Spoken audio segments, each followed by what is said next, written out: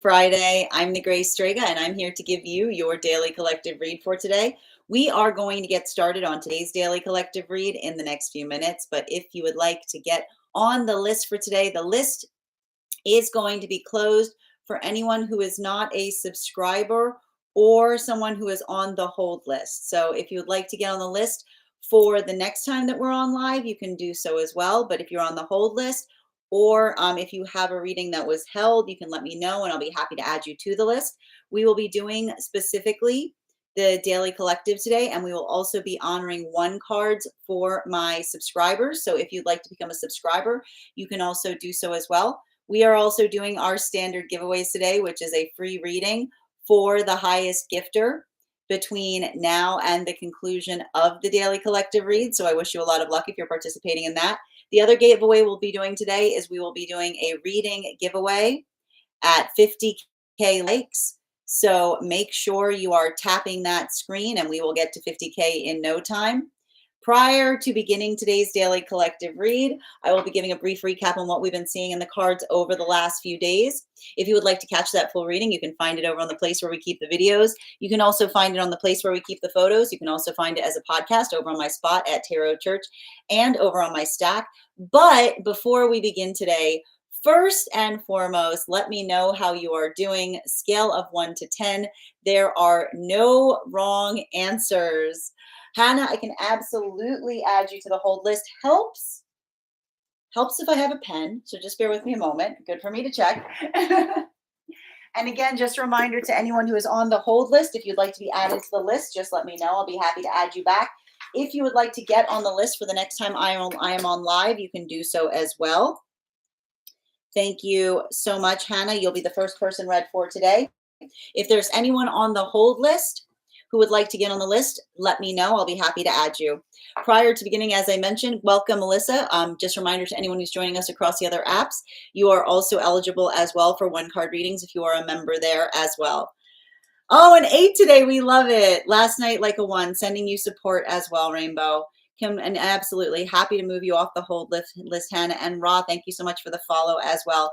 V, thank you for sharing the live. Always appreciate when you guys share the live. And thank you guys for recharging your heart me's. Please remember, if you are a subscriber, to recharge your heart me's. If you would like an animal spirit guide card on top of your one cards today, I will be honoring one cards for our subscribers. We will also be honoring our standard contests. Let's talk a little bit about the energy right now because it is super complicated. It is, when I say, well, I'm just going to be honest about it. When I say that some of the readings I've been doing right now have been some of the most complicated readings that we've done as it relates to reading into the energy, it's true. And it's interesting because, I think one of the reasons we're seeing this right now is due to the fact that there's a lot of the energy and separation that is going through moon lessons. And the thing with moon lessons, and it's funny because it just goes to show you, sometimes it takes a while to kind of catch up to what we're reading for. I kept on describing it as tears. They're not tears, they're phases. So it makes a lot of sense that we're going through the moon lessons and we see that the energy itself is working through phases. It's nuance. It's working into the space of nuance. It's navigating through nuance. It's complication. But and we can expect this on top of the fact that not only are we seeing the fact that we're going through moon cycle lessons, but we're also understanding that with Uranus and Gemini, like Uranus and Gemini is all about working through chirality. It's like working through the observation of things that look similar on the outside, but are very, very different on the inside. Now, this is having a different impact depending on where one finds oneself on the frequency cycles. We're going to get into the energy and separation because there, like I said, there are 3 different phases right now of energy and separation. Now, I'm going to keep on bringing up the fact that I do see that there is some energy of restoration that is happening right now. And what we're effectively seeing that's happening in relationality to energy that's working through restoration has to do with Mars and Mercury both being in Scorpio, right? The apology that talks towards the transformation, the ability to speak upon how much one has changed, that allows the facilitation of something moving forward in a productive fashion. Now, this is very difficult because I even see that this may be the energy of some deep friendships that are forming at this time. because that observation of energy coming together to talk about how much they've changed, what we keep on seeing is these are true apologies.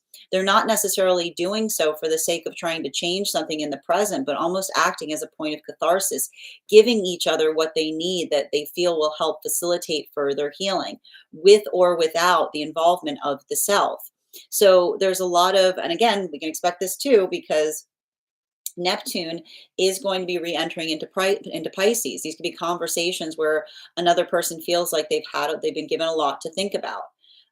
Now, at the same time that we see that that is occurring, we are also recognizing and identifying spaces of energy that is reaching sealed separation. And what do we effectively identify in circumstances or situations of sealed separation? While we're identifying the nature of transformative change, the observation of being able to speak upon how much has changed that facilitates a conversation. If these are circumstances or situations where a manifestation goal felt like it was cut short due to an argumentation in relationality to speaking upon it, then energy, and this is what we can expect with so many planets and planetary bodies in retrograde at this time. If these are situations where someone is coming back, right, but not necessarily in the space of wanting to have a transformative conversation, almost checking to see if another person still holds emotionality towards something, like there's potentially a lot of volatility there. There's potentially a lot of emotionality. Could even be stirring up a lot of feelings from the past, the sediment that's coming effectively back up to the surface. And for a lot of that, it potentially may be feeling like it is triggering, but it's also potentially feeling like it's fortifying, because it's a reaffirmation of one's own manifestation goal that is allowing one to see something that was occurring in the past with more clarity. Now, this brings us to these new relationships that are forming at this time. And these new relationships, when I tell you that these new relationships that I'm effectively seeing, they're filled, they're moon partnerships. So they're filled with healthy cynicism. And what do we effectively identify with healthy cynicism? They are holding hope for what they're seeing in one another, but they're also trying to work not to allow that hope to distort their perception. So there's a lot of that work that we may be seeing is kind of working through, like I want to keep on hearing, like almost navigating through the incredulity of moving towards a manifestation goal, like seeing it, witnessing in real time, feeling a little bit of that energetic like shock, right? We've got a lot of that identification point that we're seeing with a lot of the energy right now that's in Scorpio, but also not allowing the context of the past to to negatively impact what you're effectively building towards going forward. So it's like a lot of, like I keep on hearing, it's like it's a lot, these relationships right now, they're built or characteristic upon nuance and subtlety. But I keep on hearing that the nuance and subtlety upon it is the ability of effectively identifying and articulating and speaking back towards, like I feel like they're assessing each other's history to feel this sense of or space of feeling fortified in relationality to what another person is articulating that they desire in relationality to a manifestation goal. But first and foremost, also recognizing the ability to see the pathwork by which they found themselves that refortifies that commitment towards that manifestation goal. Now, this brings us to the energy that's moving deeper into divine union. You'll recall that a lot of those relationships, the energy moving deeper into divine union right now, are effectively those temperance relationships. Now, the thing about those temperance relationships that we're effectively seeing has to do with the space of recognizing, and for the purposes of our readings, we are reading into temperance, being the energetic relationships that were coming together between the time of Uranus stationing retrograde up until the time of the solstice period. These were a lot of relationships that were prioritizing the mutual exchange, right? The balance of being able to feel something that is creating a lot of energetic stability between them. And what's effectively happening in a lot of those modalities right now is they're going through a solar plexus opening. Why are they going through a solar plexus opening? Because if these are situations or circumstances, we were noticing that these temperance relationships have been through a lot. in the past. There was a lot that they effectively energetically went through. And that ability of articulating upon it, that ability of speaking towards it, that ability to effectively um, articulate upon or communicate about something by which one was trying to resolve from, like working through the trauma of the past. But even in the context of working through the trauma of the past, I keep on seeing trying to find the right time to bring something from the past forward. I keep on seeing they weren't being deceptive to each other. They were eliding upon it because they didn't want to cause further hurt to each other by being able to unpack something that they experienced that caused them a lot of energetic trauma. So this is why we see that they're kind of going through that solar plexus opening now, because they're feeling like the relationship is stable enough to be able to open up more about something from the past. But what's effectively happening for a lot of those relationships is they're going through a process of energetic expansion. Because what's interesting about it, and this is what I mean about the complexity of the energy that we're reading for right now, is while the energy deep within divine union is going through Saturn's lessons, they're working through the observation that some things cannot, if someone is deep in their fields, they can't necessarily adjust that. It's something that one has to kind of work through.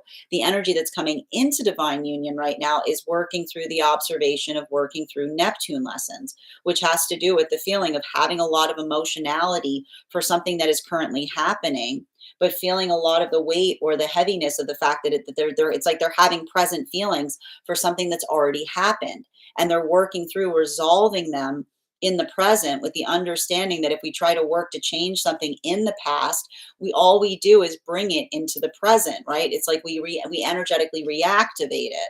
So we see even now that for a lot of the energy doing that work, it's emotional, it's complicated.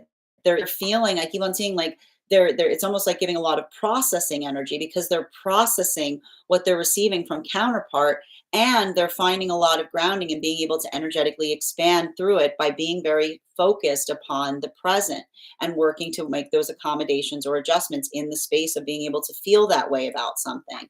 Now, this brings us to the energy that is deep within divine union right now. And again, for the purposes of our readings, those the energies, we always read for the energy that was most recently moving deep within divine union.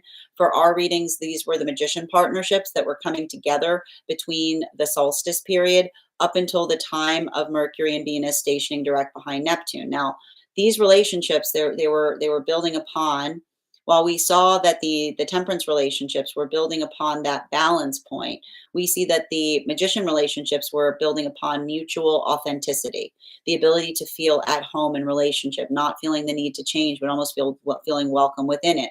They've never been as anchored before in partnership. They've never been as centered.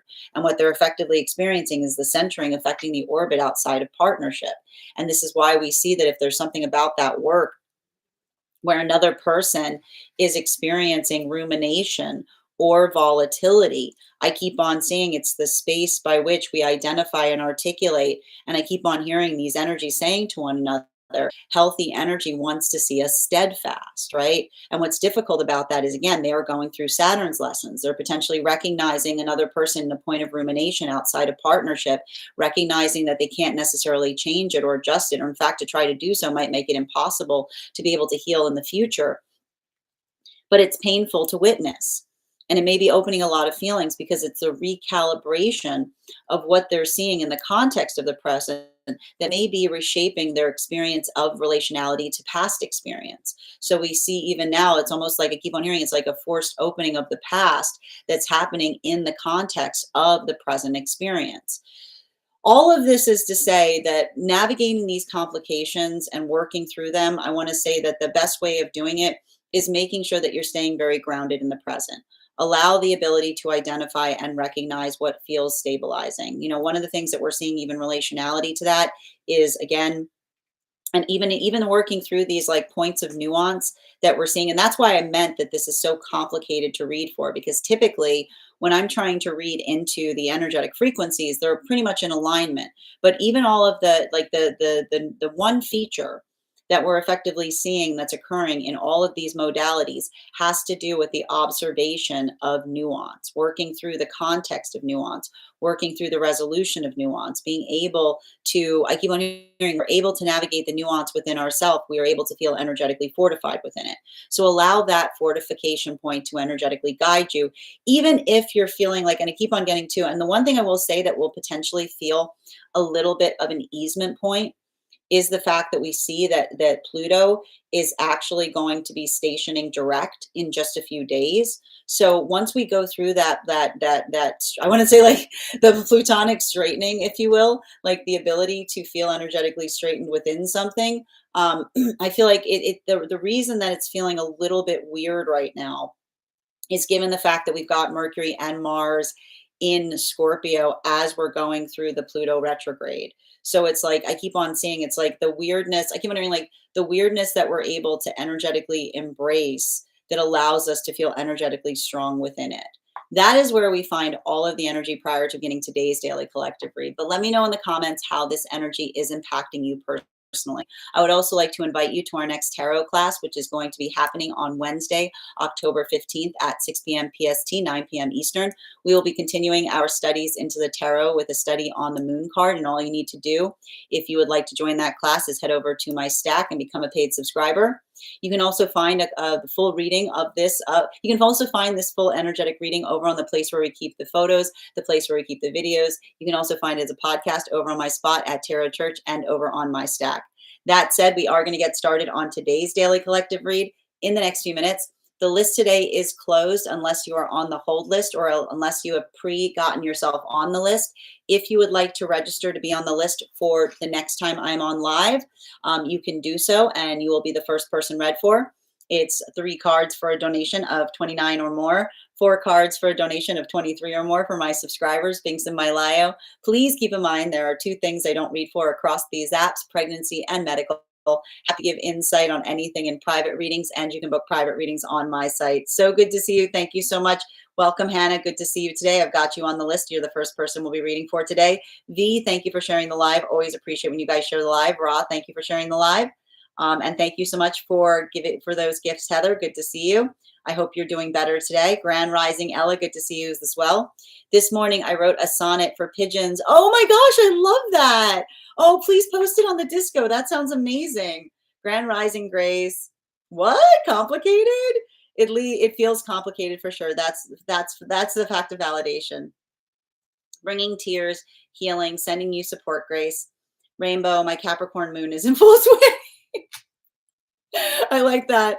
Thank you as well. And Caress, thank you for those gifts. Mars is trining my sun in Pisces, Mercury trining my black moon in Lilith Cancer today. Interesting. That is interesting energy. And Nisa, thank you so much for the follow. Hi there. How are you doing today, Hope? I'm very aware that Yeshua loves us. Absolutely. Good to see you. How are you doing today, Fee? Feeling grateful, but also sad. Sending you support, dear. How are you doing today, Bridget? Good to see you, dear. As well. And thank you for sharing the live. Bridget, always appreciate when you guys share the live. I'm becoming more comfortable with nuance. My natural tendency is to be very black and white. Yeah, if your tendency is like, this is going to be harder right now, this type of energy is what I keep on seeing. And thank you as well. Thank you, Hannah, for those gifts. And Tiff, thank you so much for the follow. Just a reminder, we will be doing 1 cards for subscribers today. So if you're a subscriber and would like a 1 card, go ahead and put your question in the comments. I'm happy. I will be honoring 1 cards in today's live. I will also be giving animal spirit guide cards to anyone who recharges their heart needs. Ducky, lots of closure and changes, separations, ready for changes, but heavy. Sending you support, Erin. Rainbow, last few days, I found my way towards reviewing some past information. And send you so much support, Rainbow. How are you doing today, Elisa? Oh, that's wild, Rainbow. All right, my friends, as I mentioned, we are going to get started on today's daily collective read. If you would like to get on the list is closed today, but if you'd like to get on the list for tomorrow, you will be the first person read for. A couple of updates in relationality before we get started in our reading today. First and foremost, I want to thank everyone who was a part of our recent class on the star card. Our next class will be held on Wednesday, October 15th at 6 p.m. PST, 9 p.m. Eastern, we will be continuing our studies into the tarot with a focus on the moon card. If you would like to become a part of that tarot class program, all you need to do is head on over to my stack and become a paid subscriber. Your paid subscription to my stack is your ticket of entry into our live classes each and every month. You will also, as a paid subscriber, have access to over you'll have access to over 9 hours worth of material in the Tarot Church Library class archive. Now, it's not necessary to catch up. I'll be doing my best to give you an update on everything we have studied thus far prior to beginning those classes, but the material is there for you to receive. If you wanted to catch up, now's a great time to join. You'll also have access to a one-on-one chat with me and the other students to ask any questions that you may have in relation to anything we've learned and studied thus far. And if you become a founding member to my stack, not only will you receive a discount on the full year's worth of classes, you will also receive full access to the entirety of the Tarot Church Library class archive. That is access to over 19 hours worth of material in an ever expanding library. You will also have access to a complimentary one-on-one mentorship class with me, where I will meet with you personally to assess where you are on your personal tarot journey and give you the best insights in terms of how to utilize those classes to the best advantage moving towards your tarot goals going forward. One of the things I try to do in these classes was make them accessible to the absolute novice tarot reader as well as the seasoned reader. There's definitely something there for everyone. Don't let your lack of experience or your robust experience prevent you from joining us in these classes. And even if you don't become a paid subscriber to my stack, I would encourage you to follow me there to stay up to date on any new offerings or services. I also post my weekly newsletter there, which will let you know about my in-person events as well as my online live schedule. You'll also be notified as to my mystic meditation articles. I just wrote one recently on navigating this full moon that we've been going through. We're going to be releasing one shortly about the new moon we've got coming up. I also want to let you guys know that on top of my standard life path readings, I also offer mentorship classes. These are for any of my students seeking a more personalized educational experience with me.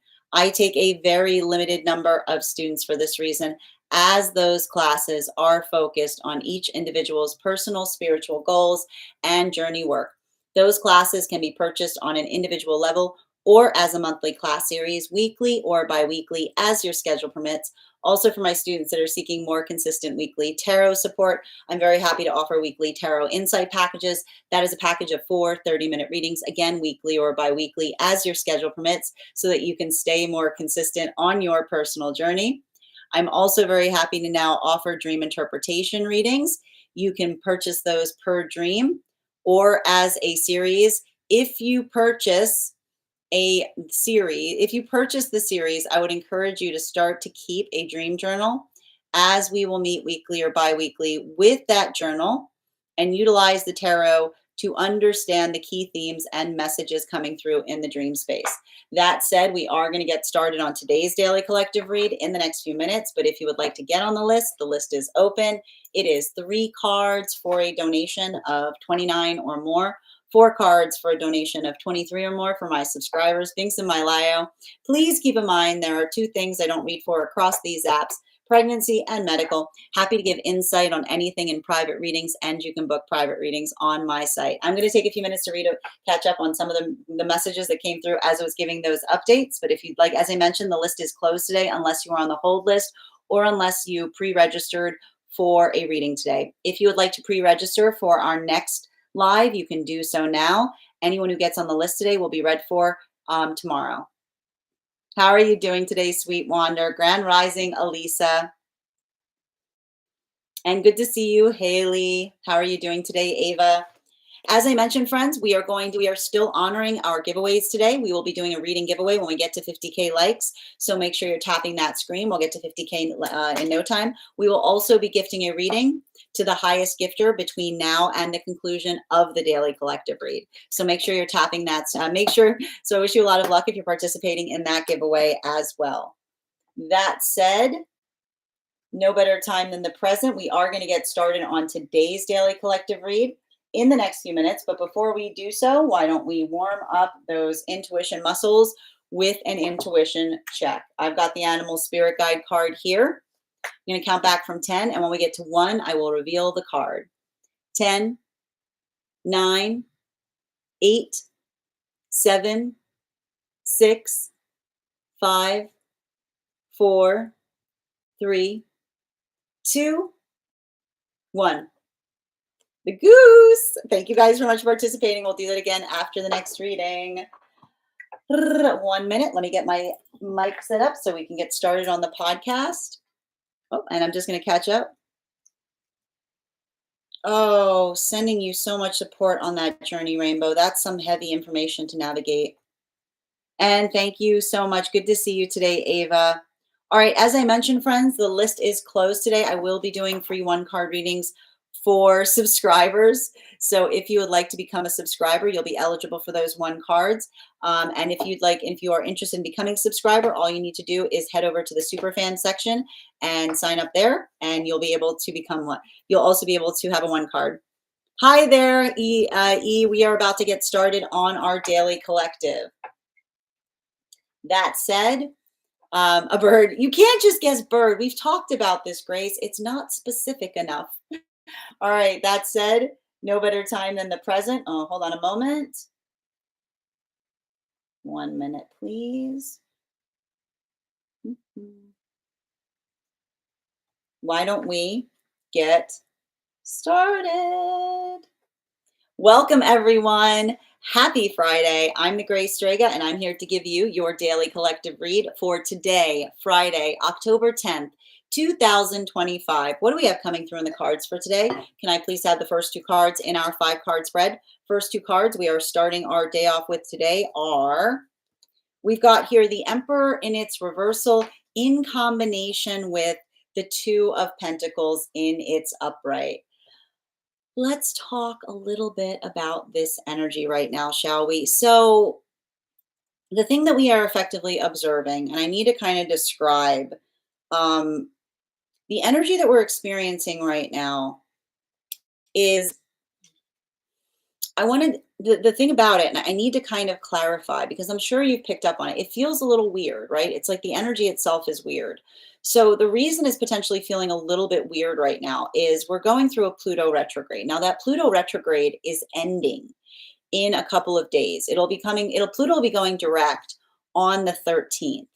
But in the meantime, I need to stress, we've got Mars and Mercury that are both in Scorpio. So the thing I need to kind of describe about that is, remember how I said that Pluto in retrograde felt a little, how do I describe it? It felt like a weird placement this entire time. I've been describing it a little bit of like the energy of like a haunted house in the summertime kind of thing. The thing with Scorpio, the thing with Mars and Mercury in Scorpio during a Pluto retrograde is a lot of the feeling of weirdness, of things being in weird places, right? It's like working through the incongruity of experiences. And so I want you to kind of think about that as you're navigating through a lot of this energy right now, because, and I need to kind of describe that. How do I describe this best?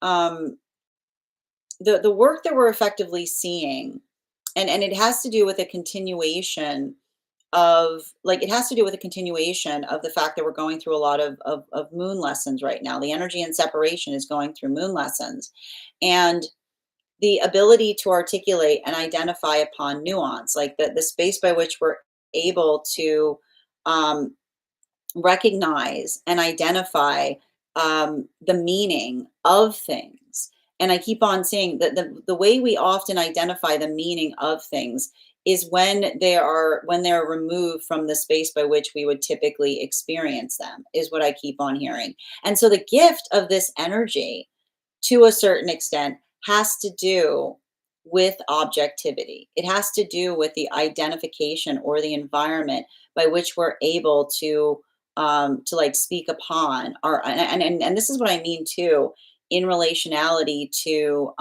incongruity, because it's also the identification point of how we're doing our shadow work effectively, right?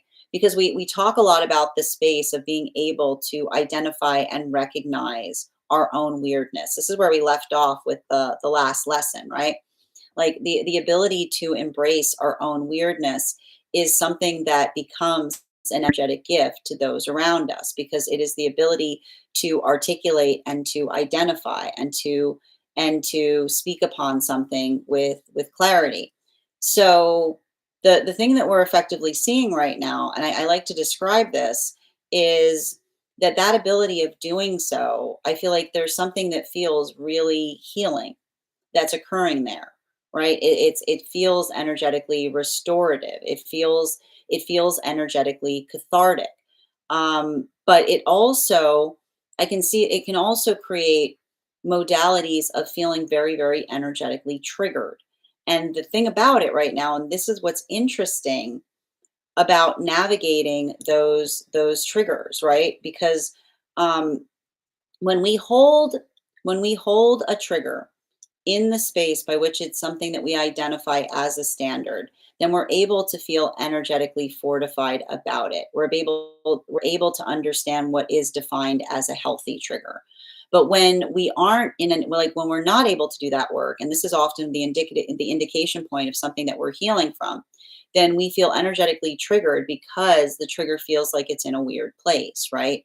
And the thing we keep on talking about is that trauma builds triggers in weird places. It's those experiences or those modalities by which we feel energetically triggered that we often are working to resolve. And that's what I mean when I talk. And the reason I'm bringing this up is because this is the unification point as to why the energy right now feels incongruous, because it's potentially this energy is effectively very triggering. But the understanding point of being able to identify the difference between feeling energetically triggered in the space by which we hold a standard versus being able to feel energetically triggered and being able to resolve and work through something, this is what effectively identifies and recognizes and allows us to effectively be able to heal more effectively. But it's not easy work. Now we're going to go through that from the energy in separation up until the energy that's moving deep within divine union right now. Now, the difficulty that I need to express, even in reading right now for the energy in separation, is that I'm seeing effectively three different phases, as it were, of energy in separation, which makes a lot of sense given the fact that we're working through moon cycles. Can I please have the center card for today's spread? Yep, center card for today's spread, we've got here the Chariot energy. Now, speaking towards the Chariot energy, the thing I want to kind of refer to, and I just want to show you, even in the space of these cards, I want to show you how incongruous these cards are right now to help you get a better sense of what we're effectively feeling. We've got here the Emperor card in its reversal. We've got the Two of Pentacles in its upright, and we've got the Chariot. Okay. Now this is very important when we see cards of this nature, because this is talking towards the three different phases that we're seeing currently that's occurring for the energy in separation. Now, the first modality that we're effectively identifying has to do, I keep on hearing the first modality has to do with the energy that is working upon restoration. And I keep on seeing that the thing about that restoration, I keep on hearing it's restoration and transformation. It's restoration and transformation in the context of another being able to articulate how much they have changed. And it's in the context of that ability to describe what has changed, that is allowing the space of something. I keep on hearing allowing the space of something feeling positive or restorative. It even feels like deep friendship energy, right? It's allowing for a lot of the energy to, and I keep on hearing it's potentially bringing back a lot of the energy from the past. But even in the space by which the energy is articulating about the past, it's almost like the energy is talking to one another about how they change in terms of something that occurred in the past. Now, I keep on hearing that those are true apologies because it's all built on catharsis. They're not trying to make a change in the present. They're just trying to articulate to another that the change has occurred because they feel like it will be restored to another person's healing journey. So we see even now that for a lot of that energy, being able to facilitate and do that work, um, it's patient, and it's fortifying, and it's energetically restorative. Now, this brings us, at the same time that all of that is happening, we're also recognizing and identifying sealed separations. And what do we effectively identify in the space of sealed separations? Those modalities or those experiences wherein we feel something, right? And I keep on seeing the space by which we identify and articulate upon. I keep on seeing, remember how we're seeing all of that transformation that's occurring in some of those relationships right now. If these are situations wherein another person feels more like they are checking upon how they feel about things, right? Like the observation of the difference between a manifestation goal that was articulated, right? The manifestation goal that was articulated that allows something to feel energetically productive, right? Allows something to feel like it's moving in a healthy direction versus someone, because I keep on hearing a separation of someone facilitating a change due to moving towards a manifestation goal, and another person, rather than wanting to transform into that manifestation goal, almost checking to see if another person feels that way. I keep on hearing this is resolving and reaffirming to some energy the direction that they feel that they are moving towards. And everything I keep on seeing about that is it feels very stabilizing, but at the same time, it also is potentially triggering because it's making them feel a lot of emotionality and relationality to past experiences. Now, this brings us to the new relationships that are coming together at this time. And everything I keep on seeing with those new relationships, there's something to be observed there's something to be observed in the space of being able to identify and articulate upon, and this is why I keep on laughing when I'm reading into these energies right now. There's like it's training wheels energy. There's a lot of health, there's healthy cynicism that they're holding towards the mutual manifestation goal. These are relationships where they have been hurt before.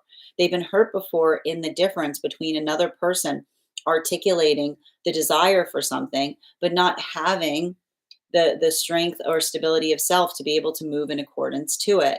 And so that's why I almost have like a little bit of this healthy cynicism, because they're working through what is healthy cynicism. They're holding hope, right? They're holding hope for what it is that they're speaking towards one another upon, but they're not letting that hope distort their perception of what is energetically happening. So there's a lot of, I keep on hearing, there's a lot of clear seeing there.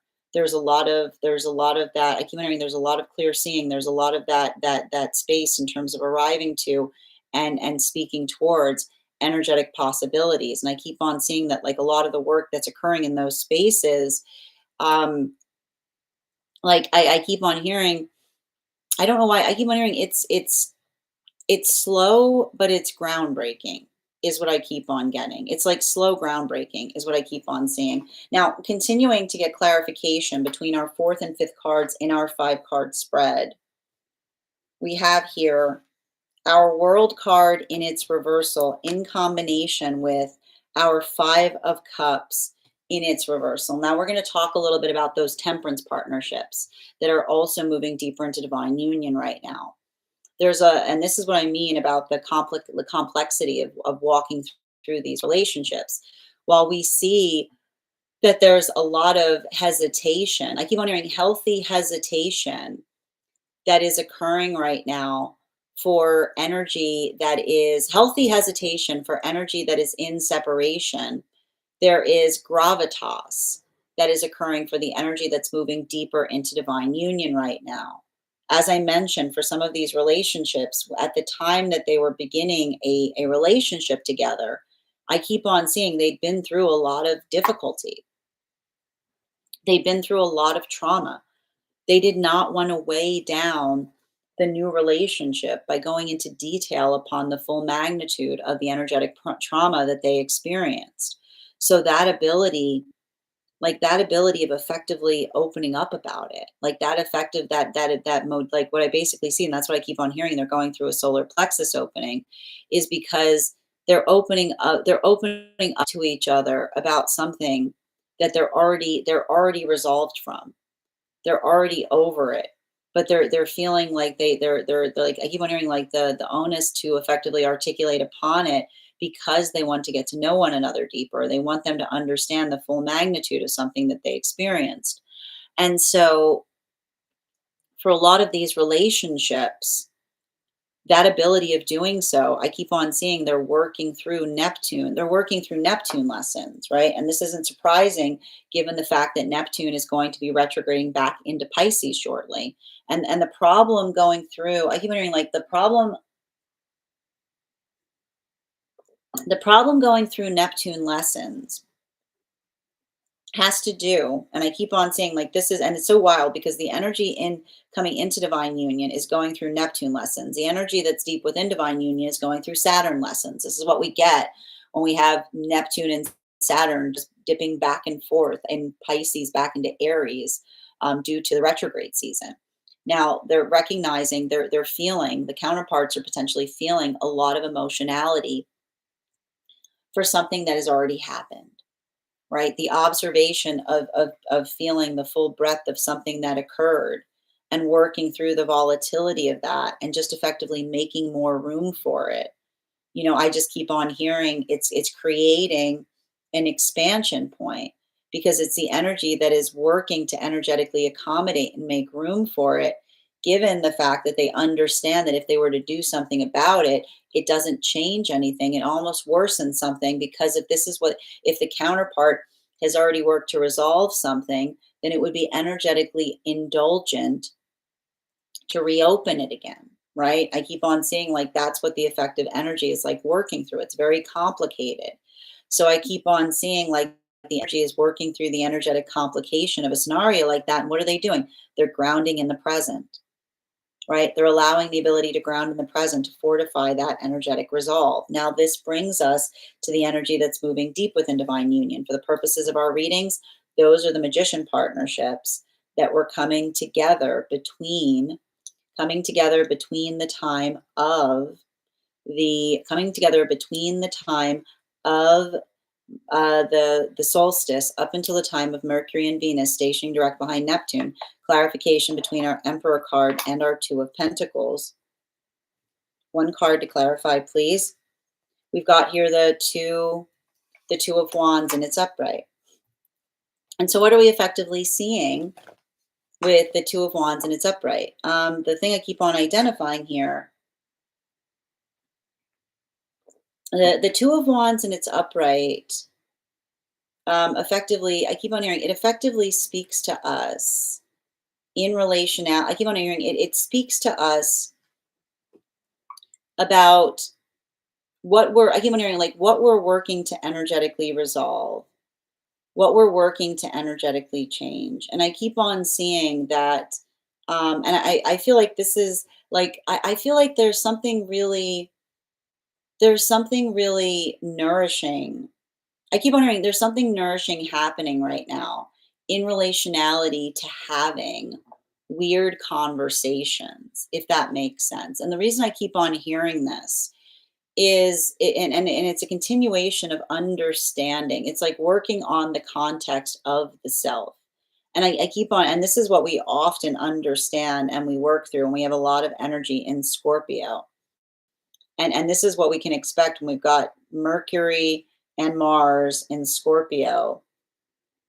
And on top of Mercury and Mars in Scorpio, we also have Pluto in retrograde. Um, how do I describe this best? So when we identify and articulate, and I keep on hearing, our weirdness becomes uniqueness in the space by which we take ownership of it, is what I keep on getting, right? And this is what we talk about in relationality to like the pathwork of the self. It's effectively working towards the space by which we know ourselves better when we own our weirdness, right? Because the weirdness that we effectively own becomes the exploration of being able to identify what makes us energetically unique, right? And this is why, and this is why I need to stress that energy like this can feel very triggering, because if you're not if you are not if you are not in the space by which one is like taking full ownership of your weirdness right now, it's a weird time. It's a weird time. It's a weird time is what I keep on seeing, right? Because I keep on getting that it's just the space by which we like I keep on hearing it's like it's like it's a lot of that, like I keep on hearing like, and that's what I mean about the energetically restorative conversation in articulating to another person, saying like I'm going through some weird stuff, or even in the space by which we're able to identify and articulate on the weirdness, we're able to build into specificity, we're able to build into the prospect, or the identification point of nuance. And so I feel like that in itself is what feels very energetically nourishing and fortifying in energy like we see right now, because I keep on hearing it allows for refreshing conversations as it relates to um, like previously weird experiences, is what I keep on hearing. And that's what I mean in terms of some of the, I told you, I see some pockets right now of beautiful healing that are potentially occurring in the space by which we are. I keep on hearing I keep on hearing like, how do I describe this? Like it's how do I describe this? So I'm sorry, because it's like very nuanced energy, so it's really really specific. It's the space by which we articulate to another our uniqueness. And I keep on hearing, when we take ownership of our weird and we articulate to another what makes us unique, we find energetic similarity there, is what I keep on hearing. We find the observation. I keep on hearing the observation of being able to connect with one another by identifying and articulating upon those moments of uniqueness. And that's what's so beautiful. And that's why I told you about like a lot of that similarity, right? It requires, I keep on hearing, it requires one to be brave about it. It requires one to be able to articulate upon it. It requires one to um like have those moments by which have those moments by which you're able to identify and articulate like what it is that you're trying to do in a better way. And at the same and that's why I keep on hearing that for the restoration energy, that feels really reaffirming, right? Because I almost keep on hearing it's like the energy that says like that, like it's, I keep on hearing like someone saying like thank you, that means a lot to me, like another person articulating upon it.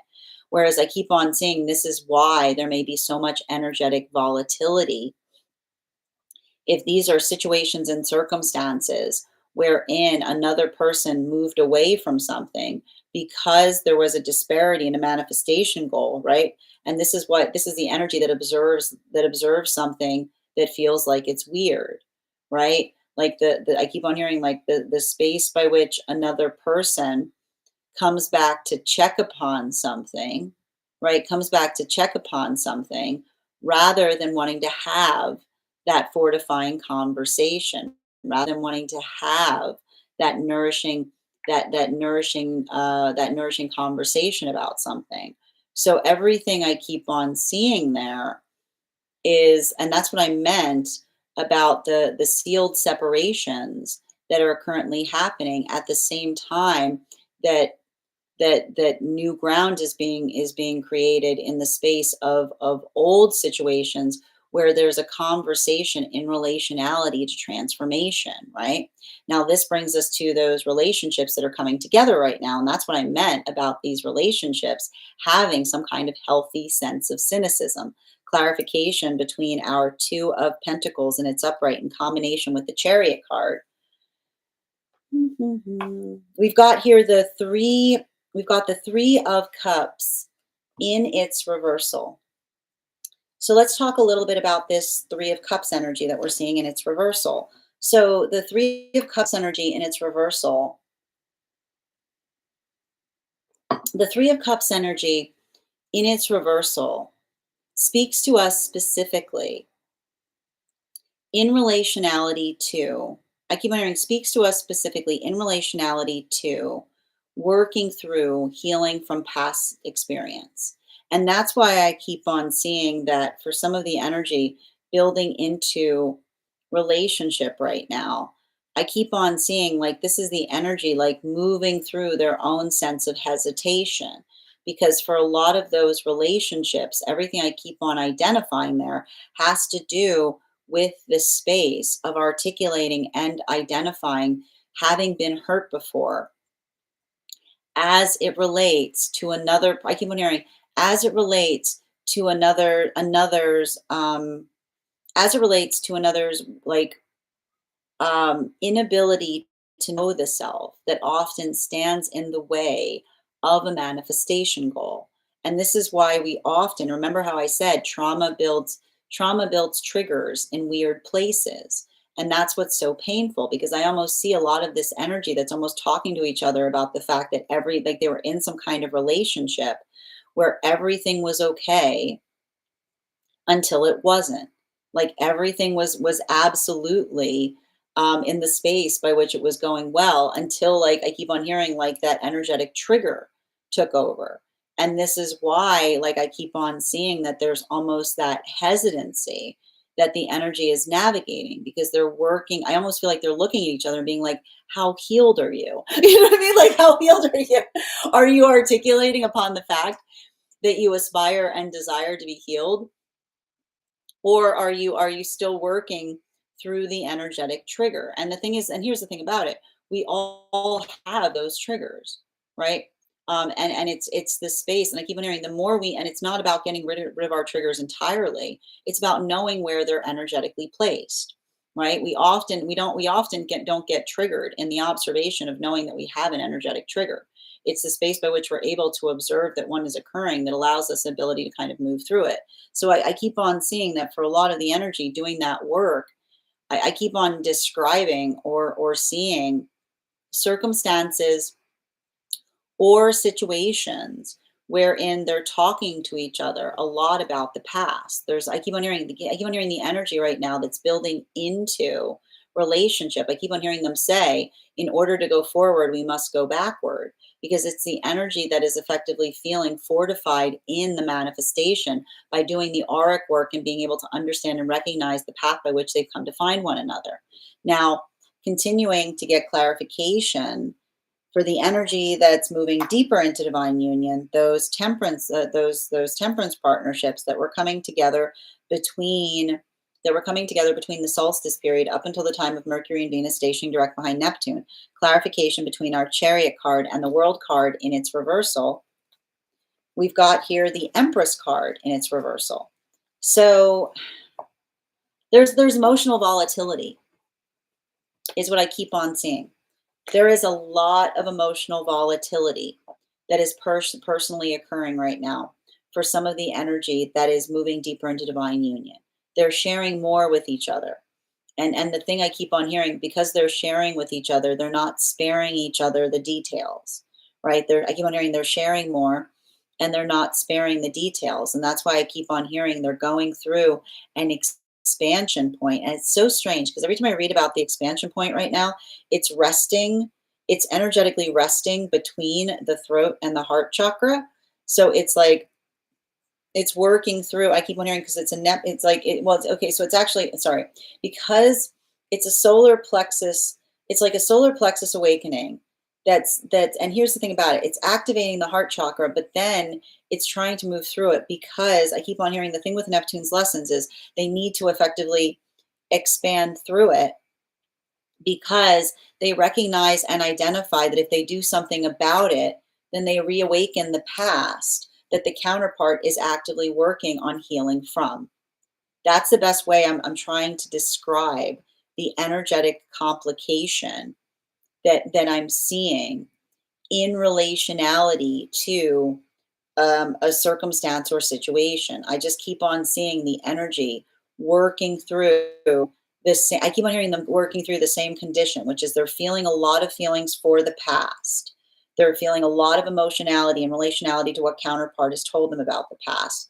They're wanting to go back and do something about it, but they realize that they can't because if they do, they reactivate the past that the energetic counterpart is working fundamentally on leaving in the past. So that's why I keep on seeing that there's a little bit of this work here that feels, I keep on hearing it's do you see how complicated it's an expansion, but it's a complicated expansion because it's an expansion in relationality to feeling emotional upon something that's already energetically happened. Now, this brings continuing to clarification, moving into the energy deep within divine union right now, clarification between our world card in its reversal in combination with our five of cups in its reversal. We've got here the King of Swords in its reversal. Now,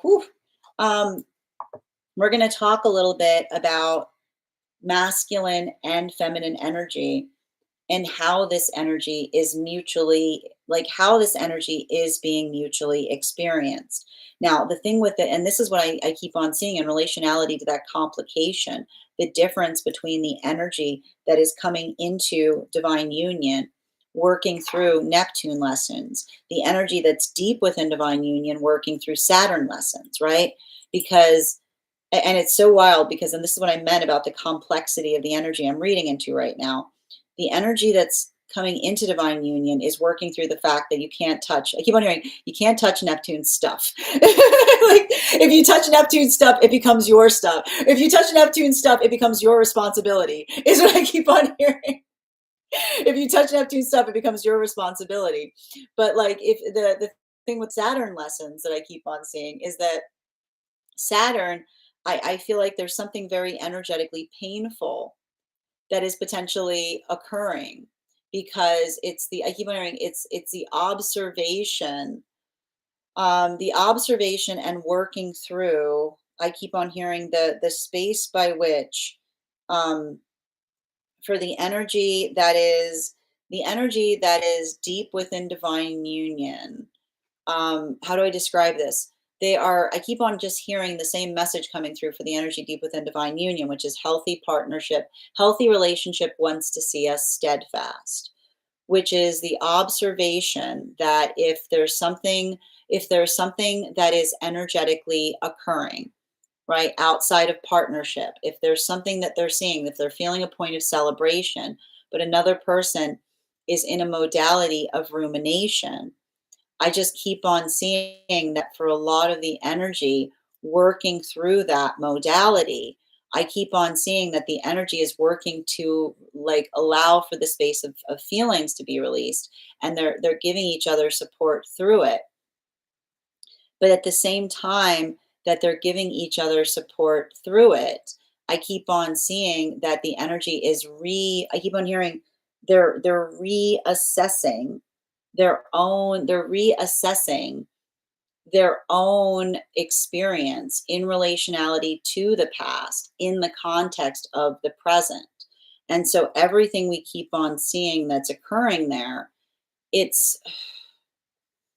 I keep on hearing it's heavy. There's a lot of feelings there. There's a lot of emotionality is what I keep on seeing. But there's something about that emotionality that I keep on feeling like I keep on seeing is like I just keep on hearing the energy. They're supporting each other through that journey. Now, continuing to get clarification between our Two of Wands in combination with our Three of Cups in its reversal. We've got here the Ace of Swords and it's upright. And we like to see the Ace of Swords here because the Ace of Swords in its upright speaks to us specifically. And we're getting back to the energy that is in, like, this is what's happening across all of the frequencies right now. Um, there's something really important to be said. There's something really important to be said in relationality to, how do I describe this? In relationality to, like, work, I keep hearing working through the context of one's own energetic confidence is what I keep on seeing. And the thing about it is, and I keep on getting this, like, and this is what we often, like, this is often what happens. When, and I need to describe this. Hold on, I just need to take a look at something here. The thing about, I need to describe, and it's funny too, because it has to do with the fact that I articulated that this Aries full moon is hitting a little bit different, given the fact that it's in Libra season. Because I was saying the last time that we did a reading that the Aries energy feels like it's very, it feels like it's very stabilizing.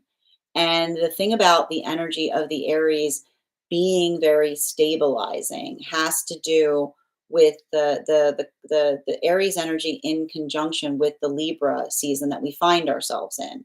Because Aries energy in Libra articulates upon finding energetic balance. It's the ability of feeling, and I need to just, I just want to show you this. Like, this is what we mean with, like, the Two of Pentacles and the Ace of Swords. It allows the space by which we feel energetically stable, and I keep on seeing that that energetic stability point allows, I keep on hearing, it allows us, I keep on hearing, it allows us the ability to be able um to be able to define what we're doing. It allows us the ability to be able to, I keep on hearing, pinpoint or articulate upon something that we're working to do in a greater way. And so everything I keep on seeing there, and this is what I meant about the space by which even this energy can either feel very energetically fortifying or it can feel triggering. And I'm going to say some modalities right now, it's potentially going to feel like it's both because it helps us to identify, like, what energetic circumstances we're working to resolve upon, like what it is that we're trying to do in a better fashion, versus what it is that effectively is something that we're healing from or something that we're working to resolve within the self. And for the energy and separation right now, that is effectively, I keep on hearing, like, that is effectively what we're seeing. Because remember how I said that this is an energy where we see simultaneously transformative conversations. So we've got transformative conversations that are occurring, and at the same time, sealed separations. And it all has to do with the ability to articulate upon what has changed. Right now, the difference is the energy that is effectively transforming in the midst of this is the energy that's talking about how much they themselves have changed, right? It's the interpersonal conversation in relationality to personal transformation. What is reaching potentially sealed separation is the observation of another checking to see if another has changed, right? Because it's the space by which another person doesn't come towards us wanting to have a transformational conversation, but instead is like, hey, are you still the same way you were before? Right? It's like that often, like I keep on hearing, often allows the context of feeling energetically reaffirmed in relationality to what it is that they're trying to do in a better way. So I keep on seeing that for a lot of that energy, doing that work. And that's why I see even now that these new relationships that are coming together at this time, I keep on hearing those new relationships that are coming together in this time are like very, very nuanced, right? because I keep on hearing like the nuance of the relationships are effectively identifying and working. I keep wondering, like, the nuance of the relationships is the articulation or the definition of effectively being able to identify or speak towards something that one has a lot. I keep on hearing like that one has a lot of energetic commitment towards. And I keep on hearing, um, it's interesting because I keep on hearing like these are the relationships of I keep wondering, these are the relationships of unique interests, which is interesting because I keep on it's like the relationships they're like I keep on getting they're like niche relationships is what I keep on hearing. It's like I keep on getting like they're very it's very there's like a uniqueness to them that is very like it's very I keep on hearing it's very energetically selective.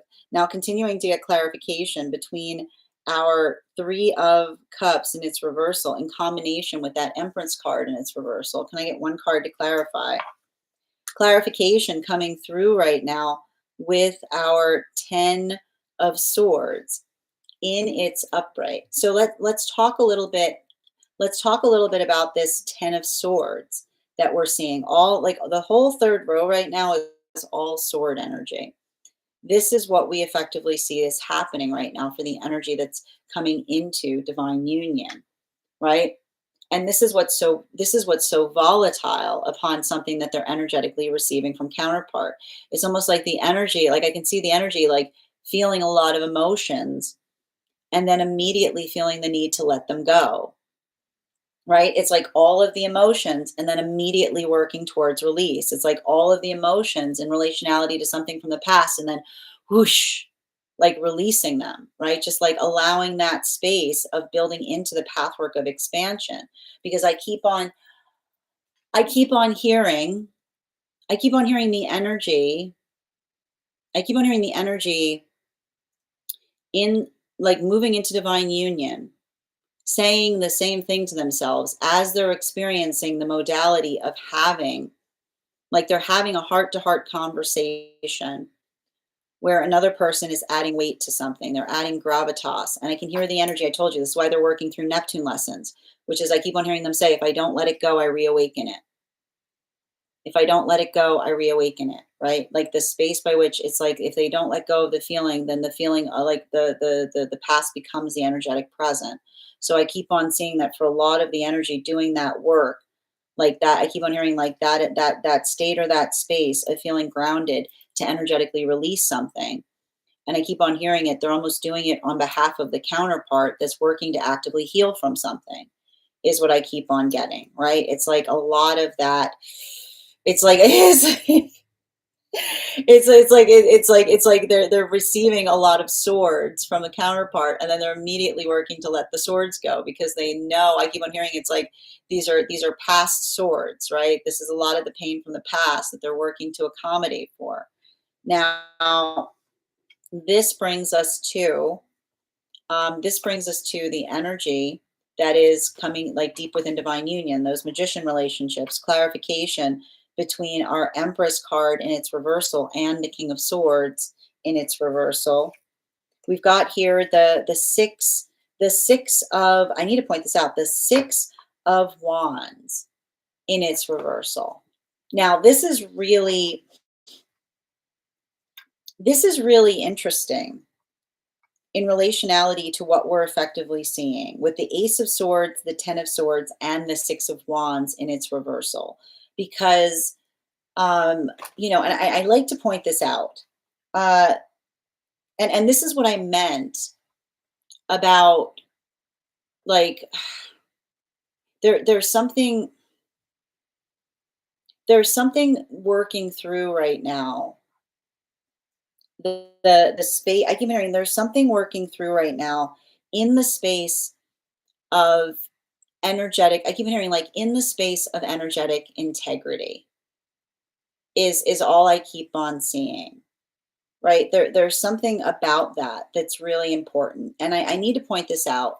Um, the identification, the identification the identification of integrity has a lot to do with the observation of what we identify and recognize as energetically important, right? It's something that effectively fortifies the self. And this is why I keep on seeing that there's a lot I keep on hearing there's a lot of integral healing that is occurring right now across all of the frequencies. And I keep on hearing integral healing is the identification point of holding. I keep hearing it's the identification point in being able to hold strong in relationality to what we energetically mutually care about. And that observation of doing so, right? Like being able to, and I like to point this out, integrity and likability do not jive well, because it's the observation that when we're being integral and when we're being energetically integral, then we're not doing it for the we're not doing it for the sake or for the identification point of necessarily caring how others feel about it.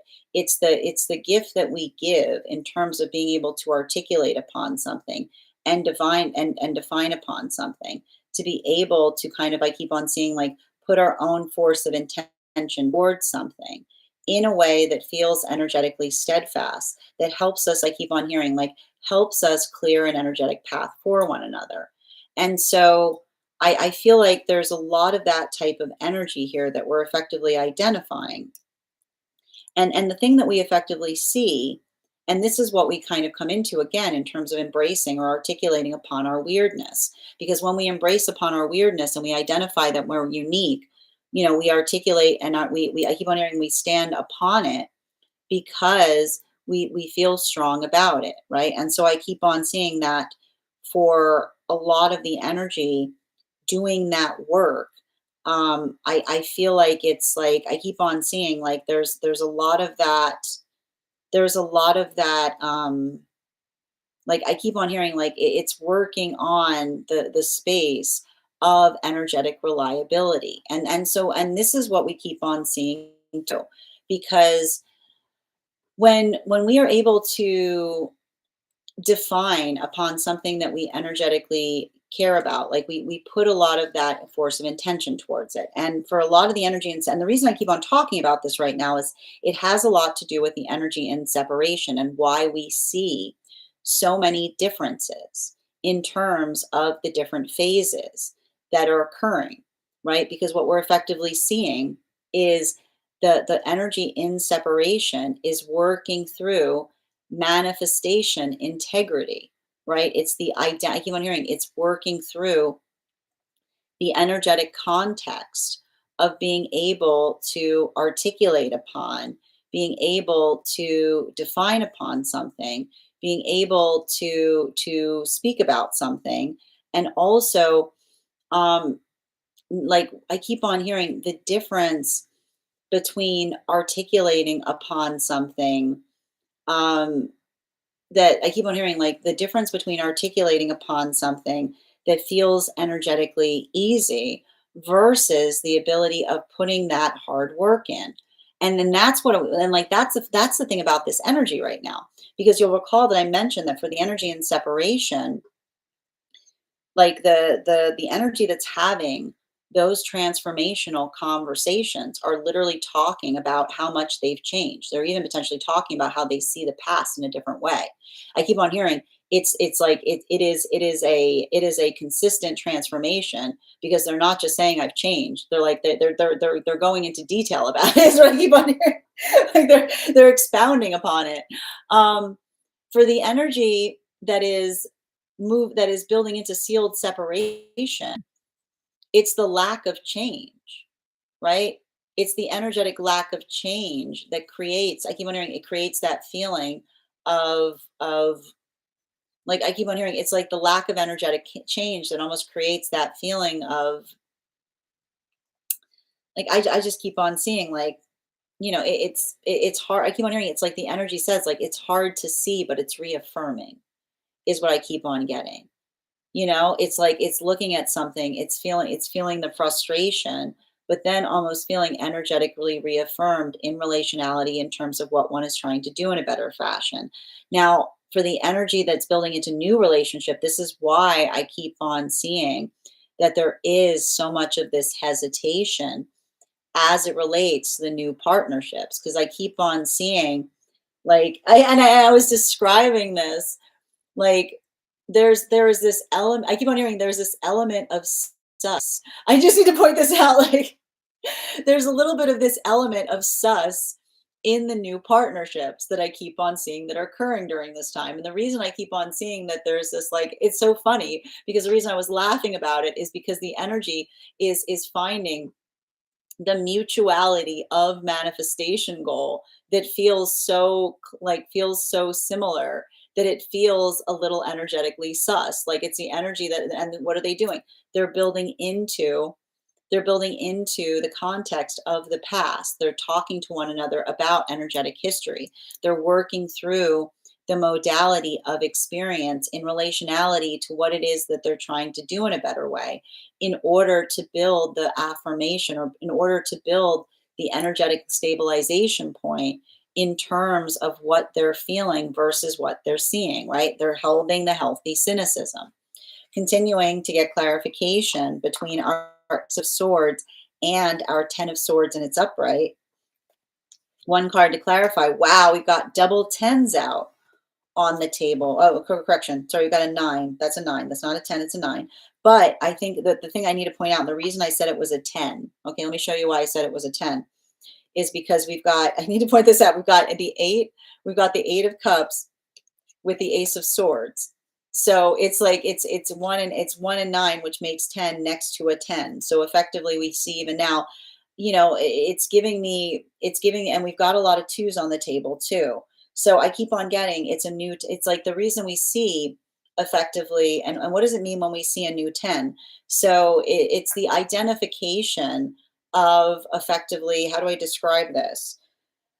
The identification in the understanding that there are ways to do something that are, and I keep on hearing this is why we let go. I keep wondering this is why we let go of the falsehood of illusion, right? Because when we arrive, like I keep on hearing, like when we arrive to circumstances or when we arrive to situations and we are able to, I keep on hearing like when we're able to articulate upon our own energetic uniqueness, right? We're able to identify and recognize, right? It creates a new 10 because it's the observation of effectively being able, like often, I keep on hearing, often when we let go of our feeling of perfection, we find something even better than we can expect on the other side of it, right? And this is what we talk about in relationality to working through. Like I keep on hearing a healthy manifestation is one that we're not trying to force. I keep on hearing we're not trying to force situate we don't try to force things. We pay attention, right? We like it's an energetic combination of being able to understand where we put our force of intention, right? But not forcing things. I know it sounds hard. We put our force of intention, but we don't force things, right? Like we put our force of intention, but then we don't force things. We're energetically patient. And this is what we mean in relationality to like this is how we arrive towards manifestation goals, right? Because I keep on hearing it allows the context of not saying like why isn't it happening? But almost like I keep on saying, the space by which one pays attention to the ways that things can energetically play out. And so one of the things that I keep on seeing in relationality to that work right now um, has to do, and I keep on hearing a lot of the energy working on I keep on hearing being energetically in a space of alignment which is again not the space by which you say that, it's not about the self, it's not about the observation of what one is trying to do, it's the observation of moving in accordance towards what one has a sense of purpose of.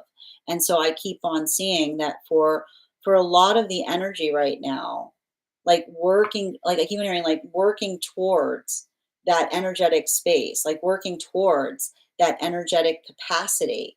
It's like I keep on seeing it's the energy that and this is what I meant about those, and I'm going to describe this is the feeling that's happening across all of the frequencies that unifies upon it. Allowing oneself to just be present is what I keep on hearing, right? Like the anchor right now is the present, because and this has to do, and I need to work you guys through this. So remember how I said that the energy right now coming into divine union is working through Neptune lessons. The energy deep within divine union is working through Saturn lessons. The energy right now that is in separation is working through moon lessons, right? Just center in the present. Just be, and how do you resolve those? You stay energetically centered in the present, right? Which isn't, I keep on saying, you don't allow yourself to be too pulled back into past experience. You don't let yourself get ahead of yourself. You just stay, like I keep on hearing, and it has to do with when you feel energetically triggered. When you feel energetically triggered, remember who you are. I'm going to say that again. When you feel energetically triggered, remember who you are, which is the space by which, again, and this is the thing about triggers. You have to recognize and understand 10 of swords in combination with the six of wands, and it's reversal, because it's the space by when we feel triggered, we're right back to where it happened, right? It's like, whoop, it's like right? Like that's a funny thing with triggers. Triggers make you feel like you're right back in the space by which you're feeling energetically traumatized. But that's why, again, when we feel energetically triggered and we remember who we are, we don't, I keep on hearing, we build into the space of energetically arriving towards it. We observe and we don't absorb. We allow that expansion point. Now, with the 10 of swords in its upright in combination with the six of wands in its reversal, um I keep on seeing that for a lot of, I keep on hearing for like a lot of the energy right now, this could even be like, I feel like these are new relationships that are coming together, and they're speaking upon those energetic triggers. They're speaking upon the spaces or the places by which we feel. And I keep on hearing, like, this is why we don't allow ourselves. And I keep on hearing there's nothing more indulgent than doing something. I keep on hearing to serve a trigger. And I keep on hearing serving a trigger is not a manifestation goal. Like that's the service of the ego. I'm like, it's great. And this is why we talk about the space by which we recognize and observe what has energetic meaning to us. Because I keep on seeing that the space by which we are able to identify and articulate upon what it is that we're trying to do, like the space by which we're able to energetically integrate upon it. I keep on seeing it's the identification point of allowing for the energy to let go of the past. And so for the energy in separation, I keep on seeing for the energy in separation, like I said, the healthy restoration by which another person comes to them and they articulate upon how much they've energetically transformed, and then immediately feeling like, I keep on hearing like immediately feeling that sense of peace about it, right? Like that's the gift that they're giving each other. Like that's what's so beautiful about some of that energetic restoration. They're giving each other peace for no other reason than to give each other peace. While I keep on hearing for the energy, like the energy that is, how do I describe this? The energy that is building into the sealed separation. I keep on hearing it's the observation or the recognition of not effectively identifying or articulating upon. I keep on hearing the space by which one is able to articulate and identify upon something. I feel like there's that space by which, I keep on seeing it's like I feel like it's energy coming back and saying, are you still feeling that way? Is what I keep on seeing, right? I keep on hearing the difference between someone wanting to have a transformational conversation versus another person checking to see if another person still feels a certain way. I keep on hearing like that's the energetic difference between what feels like it's transformative versus what feels like it's triggering. Now, the new relationships, that's why I see there's so much of that hesitation because they're working through the identification point of hearing a lot of alignment in terms of manifestation goal, but working towards the resolution as to whether the energy has the ability to work towards those goals effectively. And so I keep on seeing that for a lot of the energy right now, it's like letting go of I keep wondering it's like letting go of a lot of that anxiety in the process of building into the space of stability. It's like healing from the past. It's like healing from the past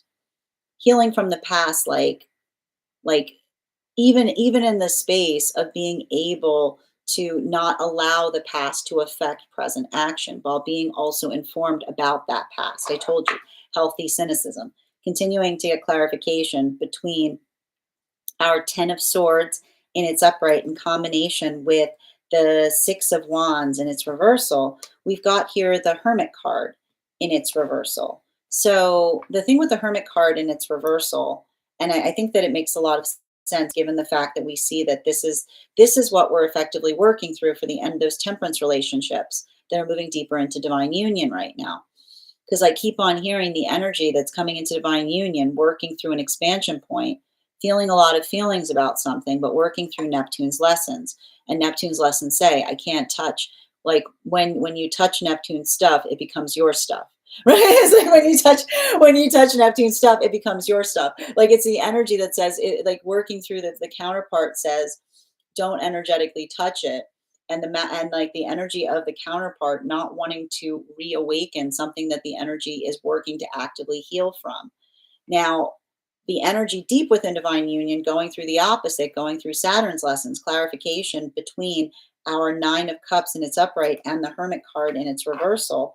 We've got here the star card in its reversal. So let's talk a little bit about that star card in its reversal, because the star card in its reversal, and I want to I need to kind of describe this to a certain extent.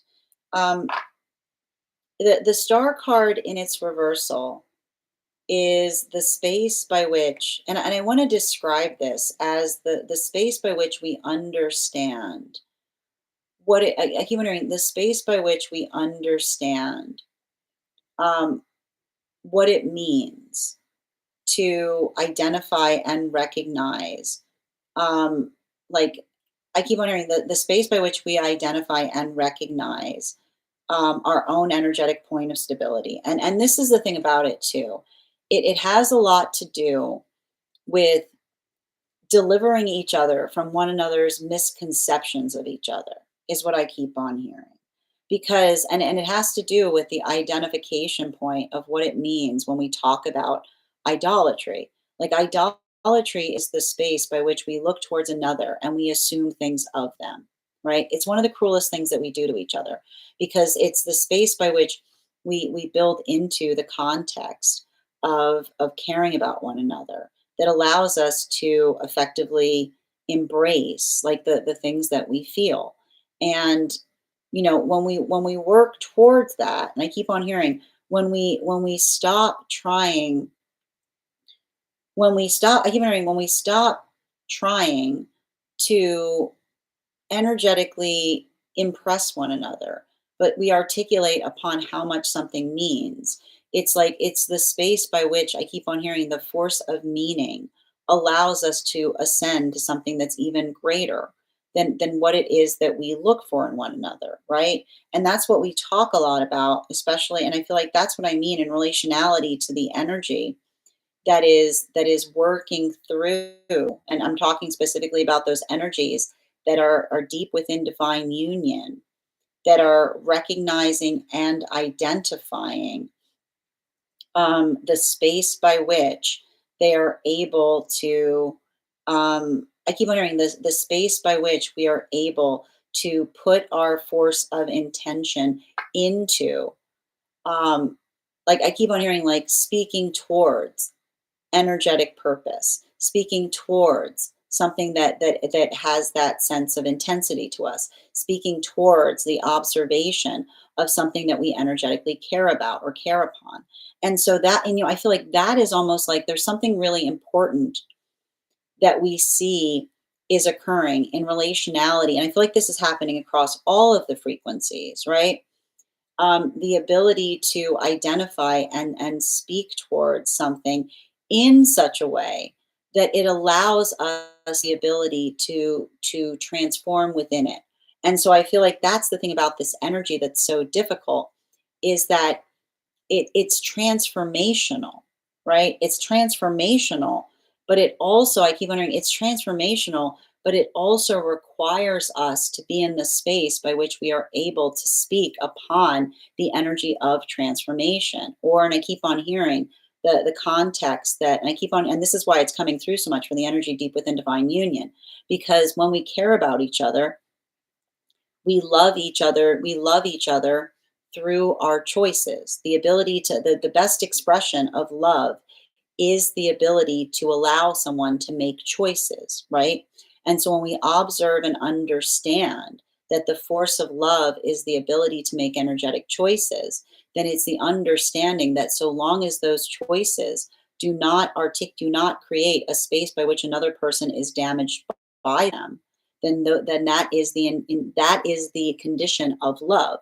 But often, and this is why we have to be conscientious of being too much in our ego, because when we want things that are solely for the purpose of the self and we see someone making healthy choices, then we can sometimes distort those choices because they don't feel like they serve the self, right? And this is what we have to effectively work. And this is what we talk about in the difference, right? The difference between disassociating and the difference between non attachment, which is non attachment does not mean the ability not to feel things. It's the ability of not wanting to hoard everything. Okay, it's the ability of not, it's the getting rid of the gimme. It's getting rid of the gimme, gimme, gimme, right? Because when you see, like when you allow for that sense of energetic alignment, like that's what we mean by non-attachment, not non-attachment to feelings, non-attachment to the need to effectively possess everything and anything that you care about. Is what I keep on saying.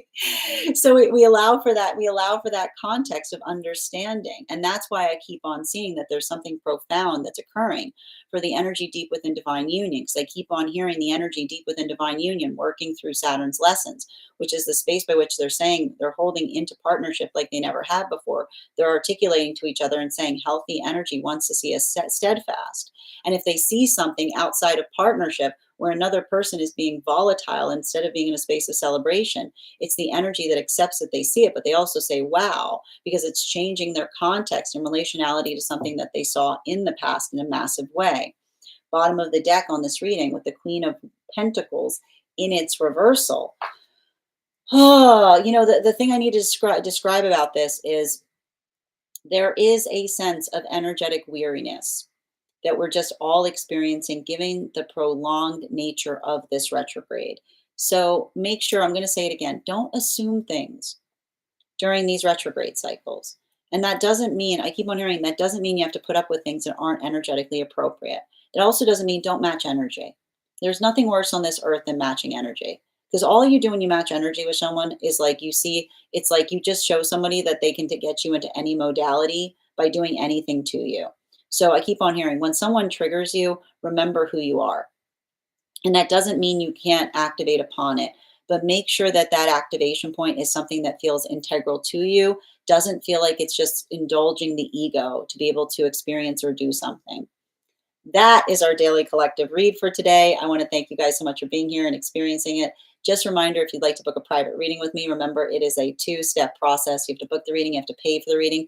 Please make sure you do both if you'd like to have that reading. Most importantly, please remember that I will never, ever, ever, ever, ever, ever, ever, ever, ever, ever, ever, ever, ever reach out to you for a private reading. I will never DM you. I will never PM you. I will never slide into your inbox and tell you I have a very important message that only I can deliver. The only way you can book a reading with me is if you book one on my site. So I would encourage you to do it there. A couple of updates before we move into personal readings today. First and foremost, I want to thank everyone who attended our recent class on the Star Card. Our next class will be held on Wednesday, October 15th at 6 p.m. PST, 9 p.m. Eastern. We'll be continuing our studies into the tarot with a focus on the moon card. If you would like to become part of that tarot class program, all you need to do is head on over to my stack and become a paid subscriber. Your paid subscription to my stack is your ticket of entry into our live classes each and every month. You will also, as a paid subscriber, have access to over nine hours worth of material in the Tarot Church Library class archive. Now, it's not necessary to catch up. I do my best to give you an update on everything we study, but it's a great time to join if you'd like to do so, because you have a little bit of time if you want to take a few of those classes. You'll also, you also have access to a one-on-one chat with me and the other students to ask any questions you may have in relation to anything we've learned and studied thus far.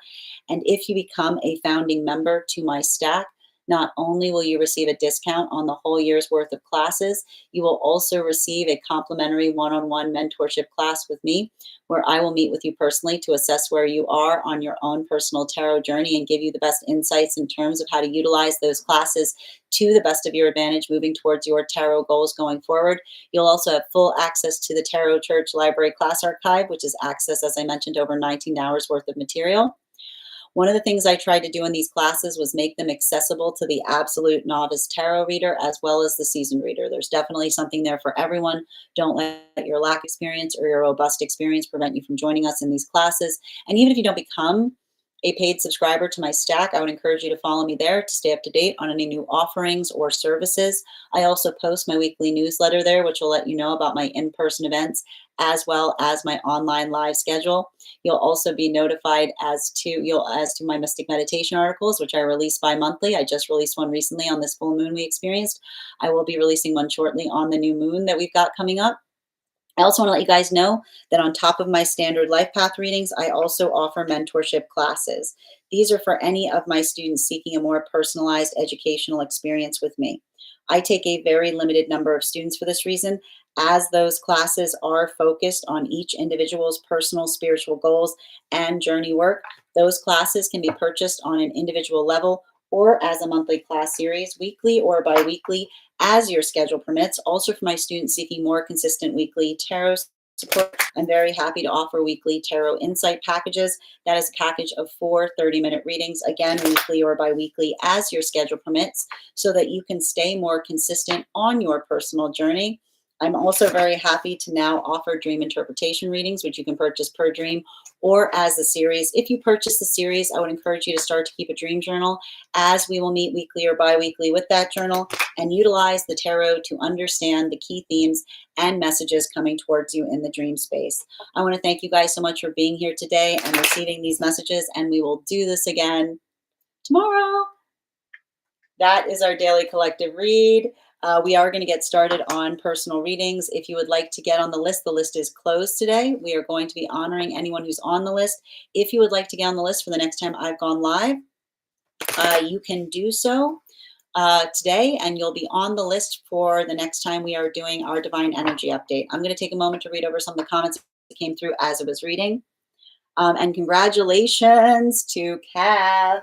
You got our highest gifter today. You will also be getting a free reading. And Julia, you came in second, so you will also have an additional card in your one card readings. We are also honoring one card readings for subscribers today. So if you would like to become a subscriber to have a reading, all you need to do is become a super fan, and you can have that free one card.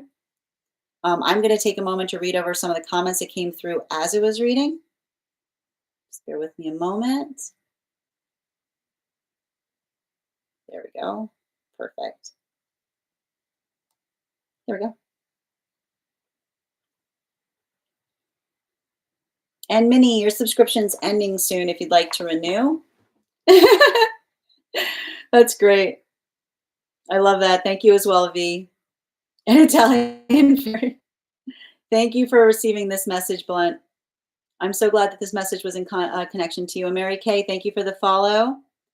Kat, thank you so much for the little crowns. Thank you for helping me reach my crown goal.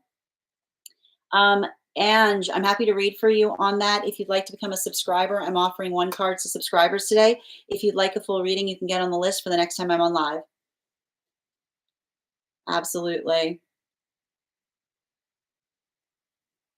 Yes. And thank you as well, Courtney, for sharing the live. Always appreciate when you guys share the live. Ella, yesterday more King of Swords came charging into my meditation. So that will be my 1 card. I got you, Ella. We're still doing the same gift. Yep, absolutely. Nope, we're absolutely doing that. Thank you, dear. The list is not open, Kath, but again, you've got the highest gifter. So I'm happy to honor your reading today. And Rihanna, thank you for the follow. Thank you as well, Haley. Healthy boundaries, claim. Grand Rising, Estevan, good to see you today. Beautifully said. All right. What does it mean? I don't know. I'm not. End of cycle. Absolutely. And Estevan, thank you as well. And thank you so much. This is why I feel all the energies clearing out. Tap to claim. Ooh, I like that, V. I need to ground my toes in some grass and be present. Rainbow, I'm over here working on my Chiron placement while listening. Oh, that's beautiful, Rainbow. Ella, interesting that today. No, it is. That's funny that you, yeah, I didn't even realize that when I was reading. It is 10:10. Absolutely be present. Yes, I like that. I like that, Nikki. This placement is all about recognizing expectations from society. Beautifully stated. Ooh, I like that. And how those expectations push us towards conforming towards those standards, which are conditional, versus recognizing worth, value, respect. Beautifully stated, Rainbow. Good vibes. This is exactly what I'm going through in my relationship. We're going through some challenges. Sending you support on that journey. Good. Absolutely. I like that we can let go of the need to conform to self and external sources of validation. This is really freeing. Absolutely. Thank you, Chiron. Yes. No, exactly. And well, we're talking a lot about that, but it's interesting too, because a lot of the reading that we're seeing is like, it's talking about what it actually means to idolize. And to idolize is to look towards another with expectations in terms of what you expect from them, instead of leaving the ability to identify and be open in terms of who they are. Oh, that's so kind. You said you've been here for an hour when I should be getting ready for work because of the accuracy. I'm so glad to hear this message connected to you as well.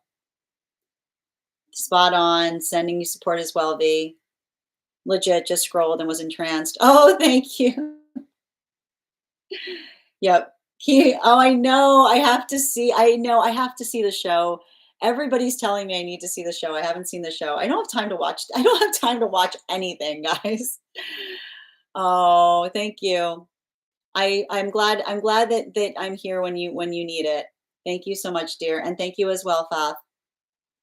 Sin, I'm gonna need you to give my family. Nikki, I'm sending you so much support on that journey. I truly am. I keep on saying I'm in observation mode. Thank you as well, Fath. Allowing manifestation to permit. I like that. I've damaged my relationship, but by not feeling things and allowing emotions to build up. Well, we're definitely working through that right now with this energetic cycle, right? Like allowing for the space of healthy communication instead of build up. Don't be a Schmiegel. I like that. I'm making the personal change to feel things and be accountable moving towards things. And this is what we talk about. The healthy relationship is being able to identify what we're progressing towards. Can you send all love to Universal? Oh, sending you so much support, Dean. I'm not sure. I'm not sure what that is.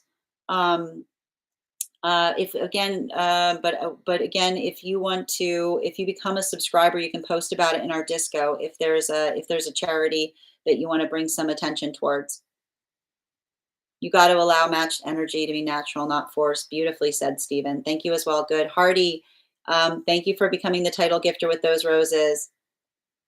I did, and now I wish I could have just said how I felt. It never would have gotten to this point. But that's what's beautiful, right? The observation of being able to articulate what it is that you're working to resolve.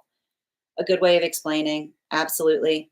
Act with intention, speak with intention, and remaining gratefully blessed. Beautifully said, Faith. Sin, sometimes I want to imagine. I know. Sometimes I want to match and we all do. We all do. It feels good. I know it feels good, right? I know it feels good, but it's not about what feels good. It's about what is good. And Nettle, thank you so much. Nadita, thank you for the follow. If I'm ever saying your name incorrectly, by all means, please feel free to correct me.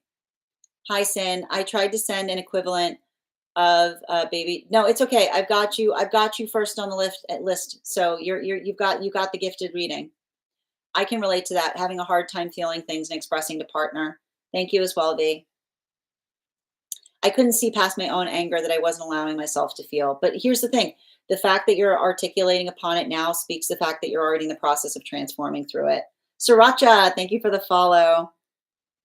Once I let go, I was left with nothing but sadness. Yes, we do it. But here's the thing. I don't think, here's the thing though. You're not left with sadness. You're left with clarity, you know? And I know that there might be sadness in it, but it also helps us, like, it's the space by which we know where to begin. I just followed. This is a great live. Thank you, Rhiannon. You're so welcome, Can. Same. I'll tell them I'm just mirroring. Just telling them I'm just mirroring their attitude towards me. That's so hard to do. Thank you as well, dear.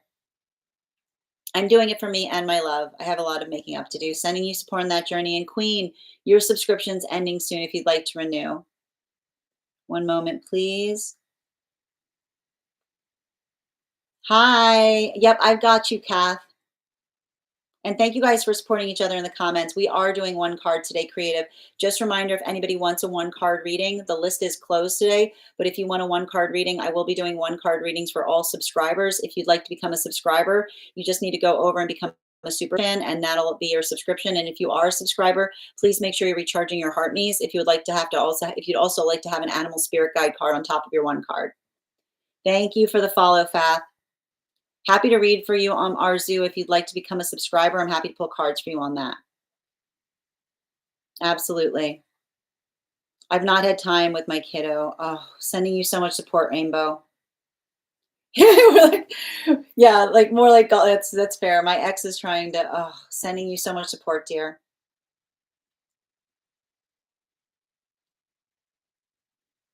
Oh, that's wild, Rihanna. You guys are finding cross connections. That's incredible. Rainbow, I tried talking to my mom about this. Oh, so sending you so much support, Rainbow. I did ask for what I needed from her, and she was able to help more. Being vulnerable does help. That's beautiful. You're right. It's clarity. I do understand her and how she and my dad try to show love. That's sending you support on that journey, Rainbow. All right, friends, we're going to continue right now. The first person, as I mentioned, the list is closed today. The first person we are going to be reading for today is Hannah. And the list right now is Hannah and Kath. Now, the list is closed today. If you would like to get on the list for the next time I'm on live, you can do so and you'll be added to the list. You'll be the first person read for. The first person, and we are going to be doing one card readings for subscribers today. So if you are a subscriber, please stick around. We'll be honoring those one cards. If you would like to become a subscriber, all you need to do is become a super fan, and your super fan status will also entitle you to a one card. All right, before we continue with Hannah's reading, let's warm up our intuition muscles with an intuition check. I've got the animal spirit guide card here. We're going to count back from 10. And when we get to 1, I will reveal the card. 10, 9, 8, 7, 6, 5, 4, 3, 2, 1. We got the B. Thank you guys so much for participating. We'll do that again after the next reading. All right, I'm going to pin up Hannah here. All right.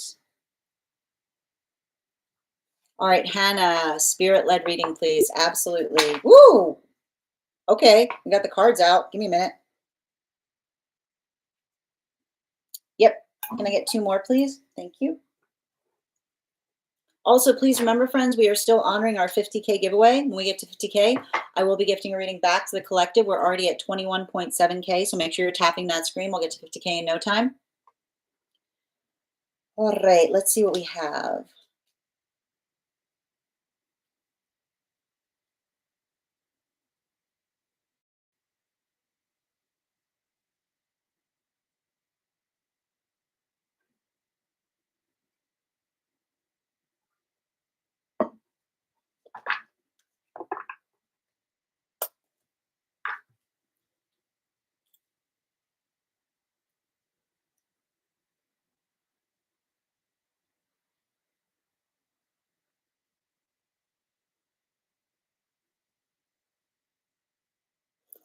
You know what?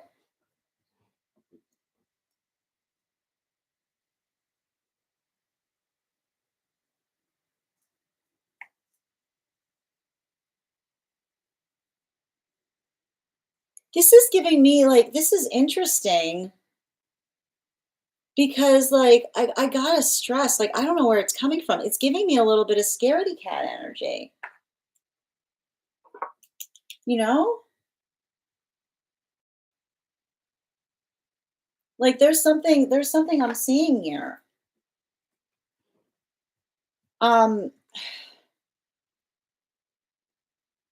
like I see somebody like,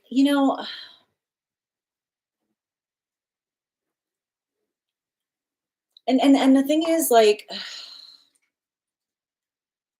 I gotta tell you, like I feel like I just gotta give you like the thing about it is um you can't help somebody find their confidence. You can't help somebody find their courage is what I keep on seeing here. You know? And I feel like the thing that like the thing that often happens is and this is how you can usually tell when like somebody's in like scaredy cat mode, which is like like the minute things start getting intense, they're gone. You know what I mean? Like they're like this is too much for me. And the thing about it is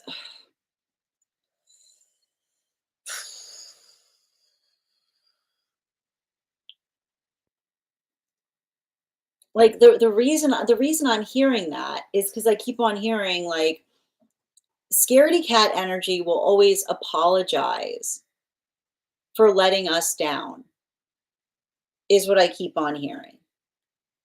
And the thing is, but I keep on hearing this is why I keep on hearing this is like why we often don't give scaredy cat energy proximity again, right? Because um the ability like we can I feel like it's the ability by which we can observe.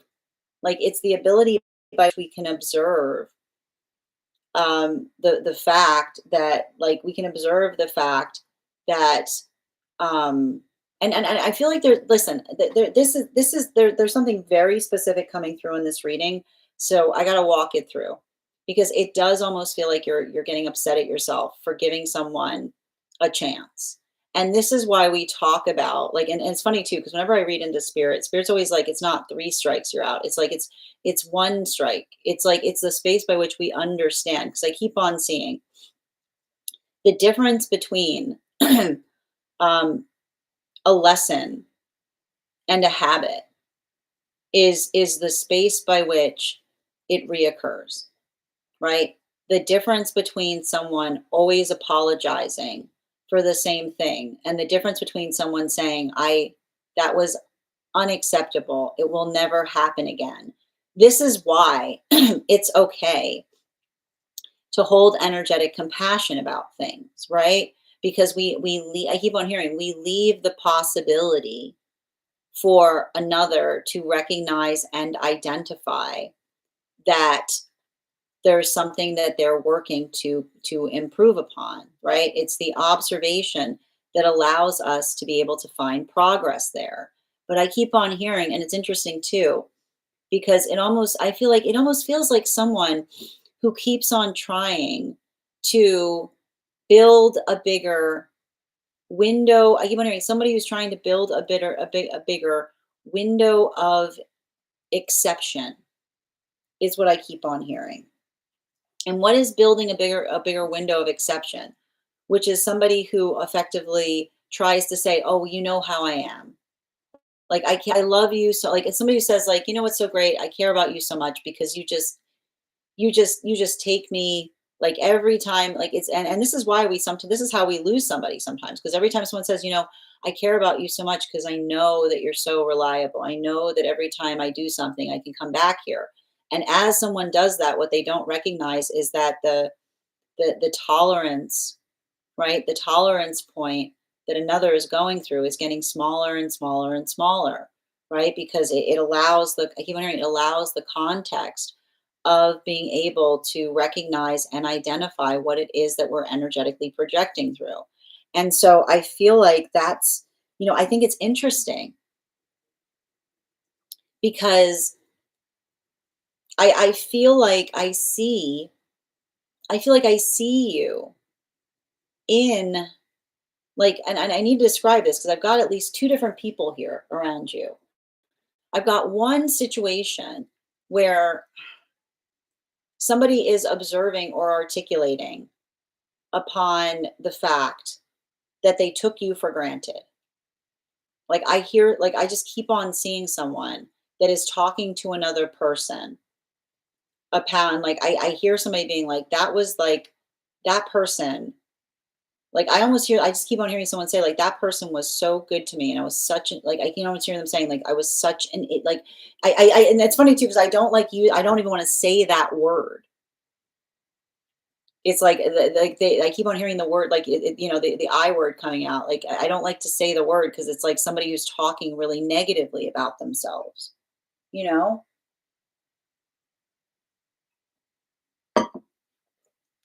And in the same modality, like I need to work through this because and I keep on getting this. Um and I feel like this is really important because it has to do with courtesy. Like I see someone who cares about you profoundly, who is making the active choice of protecting your peace, is what I keep on seeing. Like I almost see I see somebody working through something to such an extent that I keep on hearing them say I almost hear them say what I put them through was unacceptable and now I owe them peace.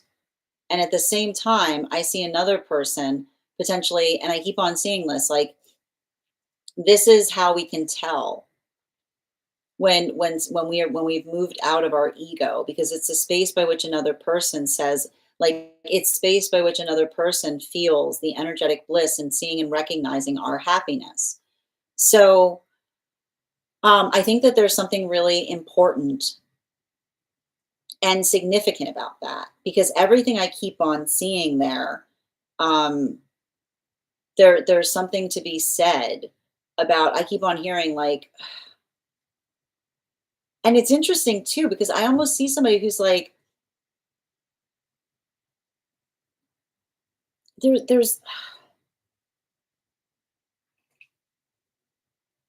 it's interesting because it's like I feel like there's a conflict between two people, and I see another person though that's trying to intrude upon your energetic bliss, right? Like somebody who's energetically ruminating upon it, and and and this is why I keep on hearing the guides are saying, and the reason that this message is coming through so nuanced is because I keep on seeing, pay attention to how another person prioritizes your peace, is what I keep on hearing. If you're not sure about having a conversation with someone or what they're doing back in the space by which they're talking to you, and I keep on hearing this is very much attached. This is very much attached to the it's very much attached to the reading that we were just giving, right? The difference between another person that says, I want to talk to you because there's something that I feel will help you on your journey of finding peace, right? You don't get they don't get to decide that. And you can usually tell when somebody's authentic about it because they'll usually say, if you also don't want to, that's okay too, right?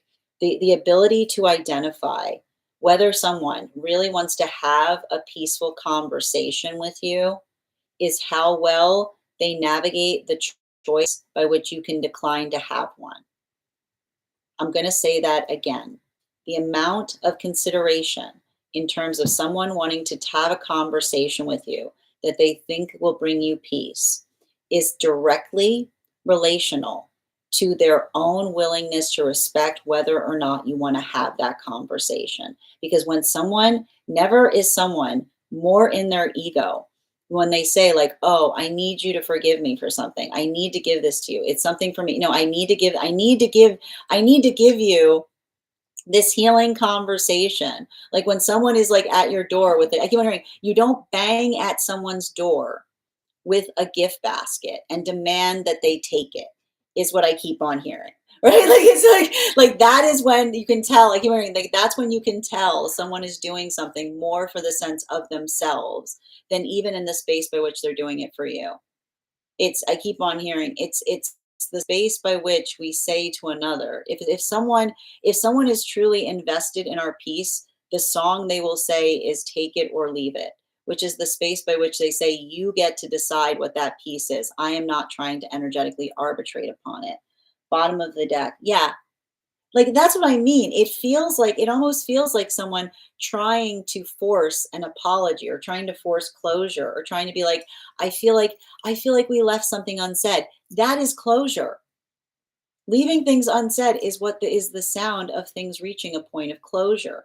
And so often I feel like there's like that space or that state by which we recognize and identify that's something that we're trying to do. Like I keep on hearing, we don't force the desire for peace upon each other, which is the space by which another person says like, I really want to talk to you. I feel like it would be really healing for us. Nobody gets to decide what healing is but you. And I keep on hearing, you can usually tell when someone is authentic with that, by the space by which they leave it there, the space by which they energetically respect how you feel about it. Don't let another person tell you that it's not healthy to talk to them. Like, don't let them. I feel like it's important because, especially with this retrograde, I feel like there's something about the past returning back, and I keep on hearing you get to decide what a healing conversation is. And when another person respects you, and you say, "I'd like to have it," and you say, "I'm good," and they say, "Okay," then that's usually the sign of someone who truly honors your peace because they're not. I keep on hearing they're not trying to intrude upon your peace by offering peace. Is what I keep on hearing.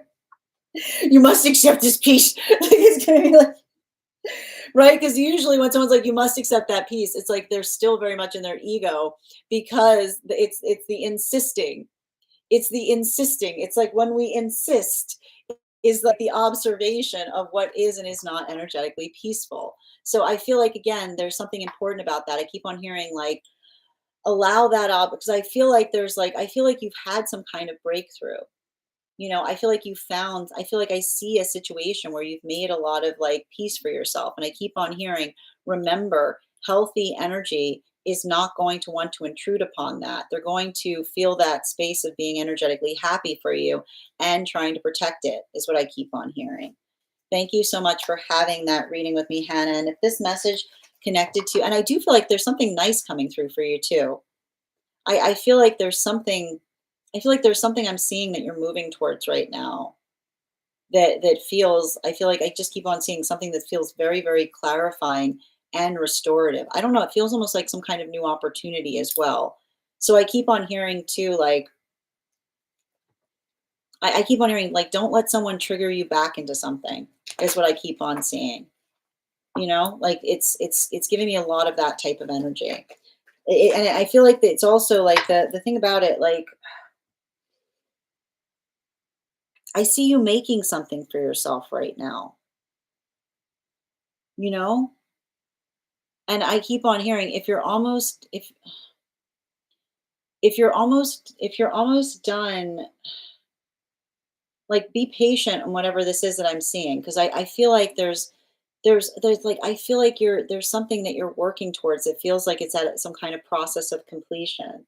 So just like I don't know why, but don't get triggered about the fact that I keep on hearing the hardest part is the end, like the final part of things. So just keep on having that same sense of perseverance through something. Thank you so much for having that reading with me, Hannah. And if this message connected to you as well, it's going to be sorry, I'm just trying to read into what I was seeing that was coming through. It's very common for those who need these messages to be here to experience them. We are doing personal readings right now. The list is closed, but if you'd like to get on the list for the next time I'm on live, you will be the first person on the list. You'll actually be the second person on the list. I'm going to take a moment to read over some of the comments that came through as I was reading. We're also at 25.4K likes. Hold on a minute. I need to read over these comments.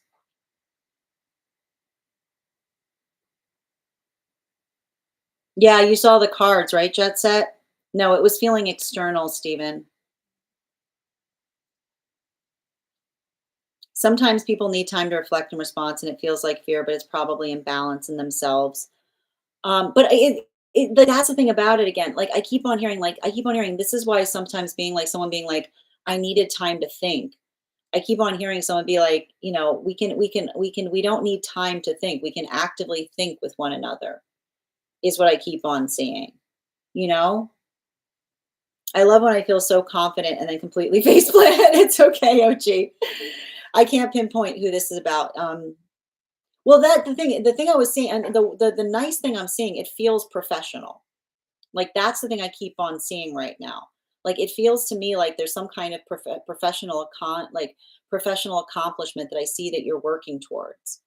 And I feel like that is just continuing to. I keep on hearing continuing to be consistent upon something. No, Rainbow, we can definitely conversate upon it. I'm happy to conversate upon it. No, I agree. I agree that the judgment card is one that is strongly driven by perspective, but this is why, like, that's why I was articulating that the space by which we get to arbitrate what feels like it's energetically peaceful, like, that is what I was basically seeing with that arriving there.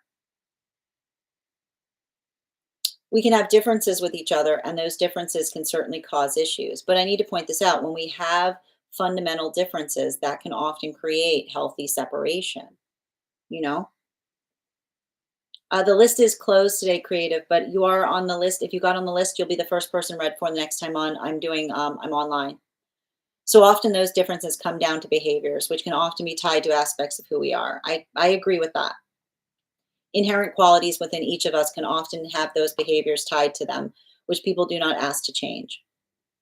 However, doing so can fundamentally compromise our sense of self and well being. Well, and I need to point this out. This is why we talk here about alignment, because I need to point out sometimes we fall out of alignment with others because we can't build into the sense of the energetic behaviors that another person is requiring. Like, this is why we talk about alignment here, because that space of proportionality is the observation of the investiture of energy versus what we're receiving back in exchange. Like that is the case of a healthy relationship connection. The list is closed today, Mia. I do believe there are other ways to work through challenges besides forcing someone to change. Well, I need to stress this, and if you're taking anything I've stated here in the word of force, then you're misinterpreting the readings. Because literally the context that, like, literally even in that reading, did you see what I articulated? The ability of another person trying to force peaceful intention into something, being like I like even like the absurdity of trying to force a peaceful intention into things. It's not about forcing things. Some conditions were applied by older nuances involved. That's fair. I'd also note that even if someone does work to change, the idea of someone can do it. No, nothing about this is about immediacy, Rainbow. I think you're reading things into the reading that weren't being stated. I might not be ultimate introspective in some circumstances, like complex multiplicity. Interesting. I feel like I've shut the door on past relationships. I would definitely are like be conscientious about that because I feel like it feels like someone trying to come towards you to have a conversation.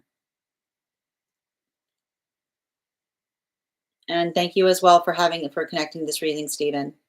I suppose it doesn't really matter on who. So the thing about it, like I see, and this is the thing about it. I see two different energies from the past around you, Hannah. And this is what I meant in terms of seeing who care, like who has an investiture in the space of protecting your peace. I see one energy that I literally hear them talking towards you positively in rooms. Like I hear them saying, like I was like they're taking accountability for something. They're saying they didn't deserve it. Like I hear them articulating upon you in such a way that they're speaking towards the fact that they've changed. I see someone else that's trying to force a conversation, like someone amping up to come towards you and be like, I really think it's important that we talk about this. You get to decide what that that conversation is. That's why it's coming through. You're so welcome. Oh, I understand, Kath. So you weren't able to get the baby dragon? I'm just trying to be clear. Shame is the thing, but sometimes shame is forced on someone not involved by self-choice. I need to stress, we feel shame when we don't hold to our energetic standards, right? Like that's the space by which we should feel energetic shame. Okay. So Kath, can you clarify why you couldn't send the dragon? Was it not available to you? Yeah. No, I mean, again, so typically the way we often try to articulate this is we don't accept baby dragon gifts until after the daily collective read. So I assume because wasn't a baby dragon sent that that was you moving towards the highest gifter. I hope that helps. Okay, excellent. All right. Well, the list is actually closed to get today, Danae. If it helps. Yeah, I'm afraid I don't. The list is closed today. I was articulating that, so anyone who's gotten on the list is going to be read for the next time I'm on live. Okay. Yeah, they couldn't see the judgment card, but I could tell it was there. It's hard to digest a lot. It's contradictory. No, no, I know. And but that's what I like. Like think about the judgment card in its reverse. Is I keep on hearing like that's what I meant in relationality to another person, not getting to arbitrate what's energetically peaceful for us. Hi there, Hardy. I'm not sure what you mean by that. You have to be a little bit more clear in your statements, dear. Oh, I appreciate that, Stephen. I appreciate your insight. Yeah, so again, so Kath, the way it works, so the reason, no, no, it's totally okay, dear. So you effectively won the highest gifter because we don't typically accept baby dragons until after we finish the highest gifter giveaway. So I can do that reading today, or we can hold the reading. You just let me know what you would prefer to do because you're the next person on the list. And thank you so much, though. I appreciate you trying to build clarity on it. And as I mentioned, friends, we are going to be doing one card readings for subscribers. So if you are a subscriber, just stick around because after this reading, we are going to start doing one card readings for subscribers. And if you'd like to have a one card reading, all you need to do is become a super fan, and that is your subscription, which allows you our one cards. And if you recharge your heart me, you will also have access to an animal spirit guide card. Excellent. All right, Kath. So are we doing that reading today, dear? Got you. Okay, perfect. All right. And before we continue, let's warm up those intuition muscles with an intuition check. I've got our animal spirit guide card here. I'm going to count back from 10. And when we get to 1, I will reveal the card. 10, 9, 8, 7, 6, 5, 4, 3, 2, 1. We got the wolf. All right. And I am going to be pinning up. Just bear with me a moment. Okay, 1 second, please. I got Kath here. All right, guys, I pinned up Kath. Make sure to Kath some love. Highest priority, please, around work and people from work. 2 more.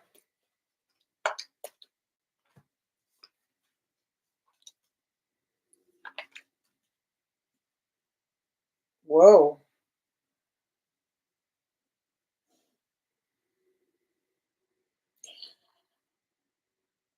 Why am I getting this energy? Like I feel like I'm getting this energy of like,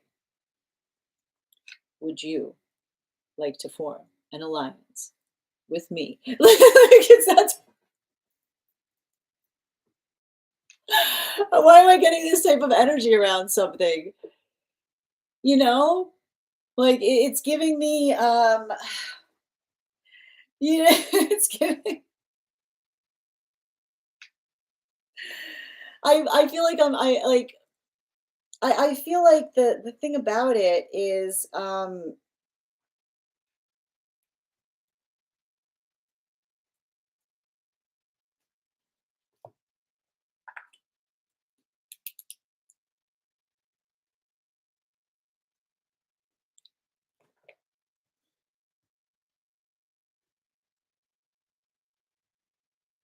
I keep on hearing, I'm glad you said something because I am also a little concerned. It's giving me like, I feel like there's something going on that feels like a little bit of like a Band-Aid rip moment, you know? Like it's giving me like it feels like, and I keep on seeing like it almost feels like it feels a lot like I'm just kind of sensing like that space by which, how do I describe this? Um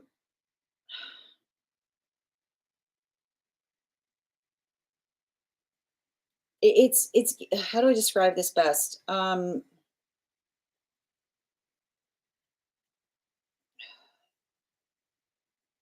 I see a situation like it feels to me almost like a situation where others aren't feeling like they're getting the whole story on something, is what I keep on seeing. Like I'm literally I'm seeing some kind of situation where like another like it almost feels like it almost feels like the type of energy that's trying to articulate if the information they've received is the same as like another person's received.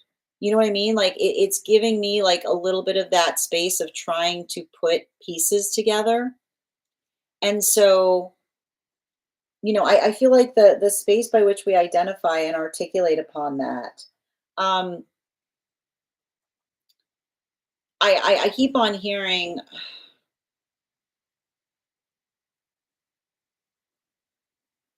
the cohesion of communicating a group concern is often one that is articulated in the space by which another shares.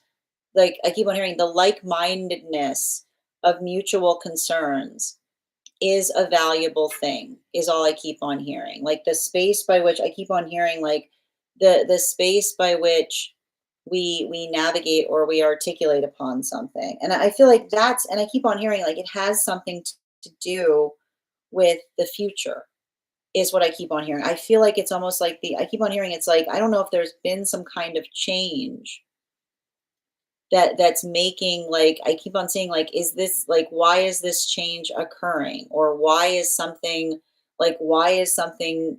being done differently? And so I feel like there's something about that I keep on seeing like, and I feel like this is like this is the, like it feels almost like the difference between, I keep on hearing a healthy change is one that is spoken about out loud, right? Like a healthy change is one that is communicated holistically. And I feel like there's something significant about that because I almost feel like the difference, and I don't know why, like why am I hearing something in relationality to work that feels like philosophical differences coming through? Like I feel like there's something about philosophical differences coming through or articulating upon philosophical differences. Um, and that's what I keep on hearing. That I keep on hearing, get philosophical about it.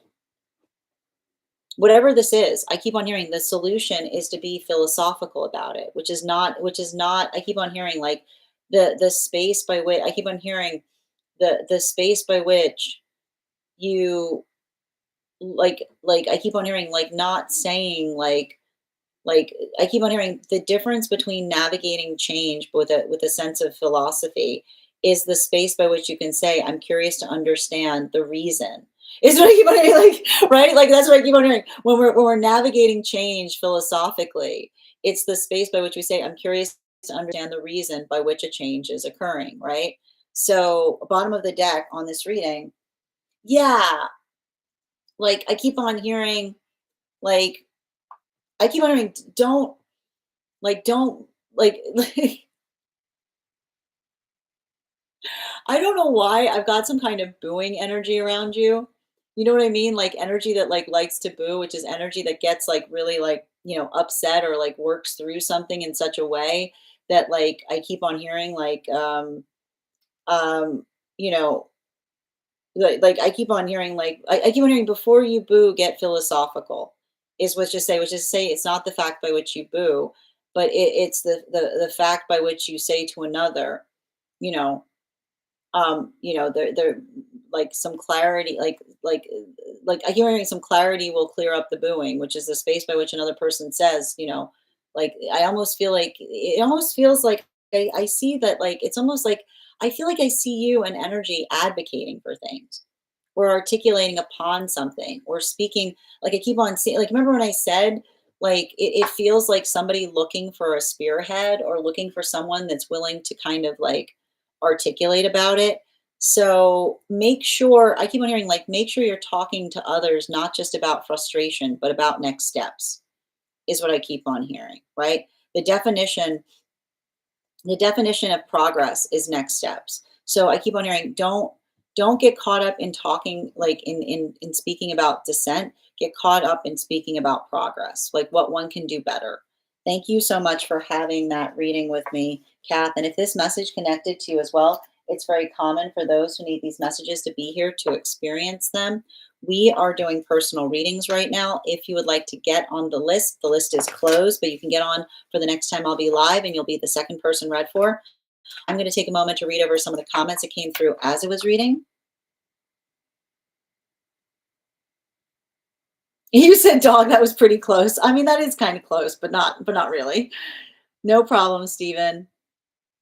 Yes, I think I'm aware of that. It's either I'm recruiting them to form it's either I'm recruiting them to form an alliance. I understand now. Gabrielle, your subscription is ending soon if you'd like to renew. Read my last context, the message of the question mark. I'm thinking of that's what's the mutual concern. Yeah, massive changes, change in importance of realistic freedom. Holistic is what I said before. Yeah, I agree. There should be changes. Hold on a minute. Bum, ba, bum. We're dealing with super demanding client. I think that's where the booing energy resonates. That's fair. All right, that's perfect. Excellent. All right, we're going to continue right now, and thank you again for having that reading with me, Kath. And we are going to move into one card readings now. So if you are a subscriber and would like a card pulled, go ahead and put your question in the comments. If you would like to become a subscriber, you can just become a super fan, and that will make you eligible for a one card reading.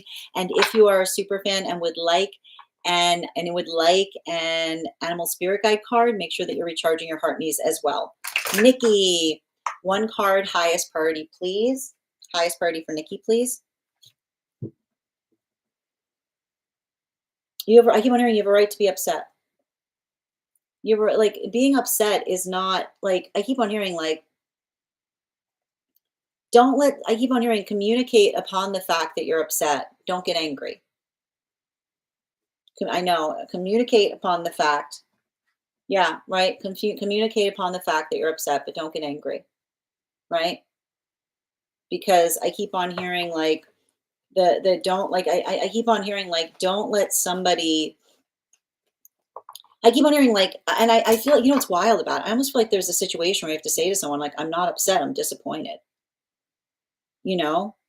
Like, I almost see like the space by which you're articulating to another. I keep on hearing it's like almost the space by which you say to another person, I've moved beyond being upset, right? I'm just profoundly disappointed. Cause like I keep on hearing you're upset when something doesn't make sense. You're disappointed when you understand completely what you're energetically seeing. Animal spirit guide. Yeah, right. Um, like I feel like it's like, and I keep on hearing, and this is what like I need to point this out. Like I keep on hearing, I don't know why this is coming through, and I keep on hearing bees gravitate to flowers, not weeds. Bees gravitate to flowers, not weeds, which is the space by which another. I keep on hearing like when somebody does everything possible to make an environment uncomfortable for you and then says, why aren't you here? Right? Be like, you did not create an environment where I felt welcomed. You have to write that down. You're not creating an environment. I keep on hearing you're not letting anyone down. They're not creating an environment where you feel welcome. That's why that's coming through.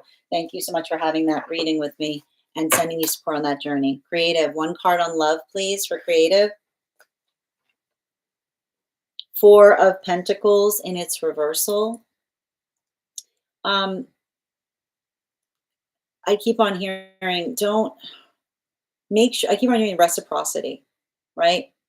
I keep on hearing you don't have to forgive something another person is doing if you yourself wouldn't do it, right? I keep on hearing forgiveness does not qualify exceptional action, which is the space by which it says you don't need to forgive someone for something that you yourself would not do, right? Bottom of the deck. Yeah, right? The especially with the nine of swords. It has more to do with the observation of what we talked about. Like it's never dumb to give, I keep on hearing, it's never dumb to give someone another chance. Because I keep on hearing, we give someone another chance to determine if that was the pathwork of them, if whether it was a lesson or a habit, whether it was something that another person is working to do better, or if that's a condition by, upon which find them. Bottom of animal spirit guide. Yeah, especially with the Ren energy. This is effectively seeing, like I keep on hearing, like the space by which another person is taking you for granted is the space by which they're constantly apologizing but never changing.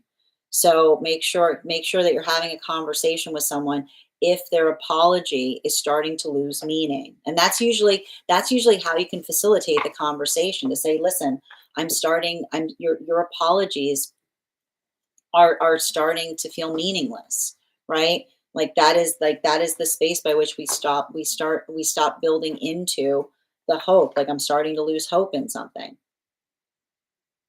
Yep. Ava, one card on divine counterpart. What divine counterpart's doing? They're angry. They are really like they're, I keep on hearing something's happening around them. Something's happening in their community, something's happening around them that's got them fired up, is what I keep on seeing. Bottom of the deck. Yeah.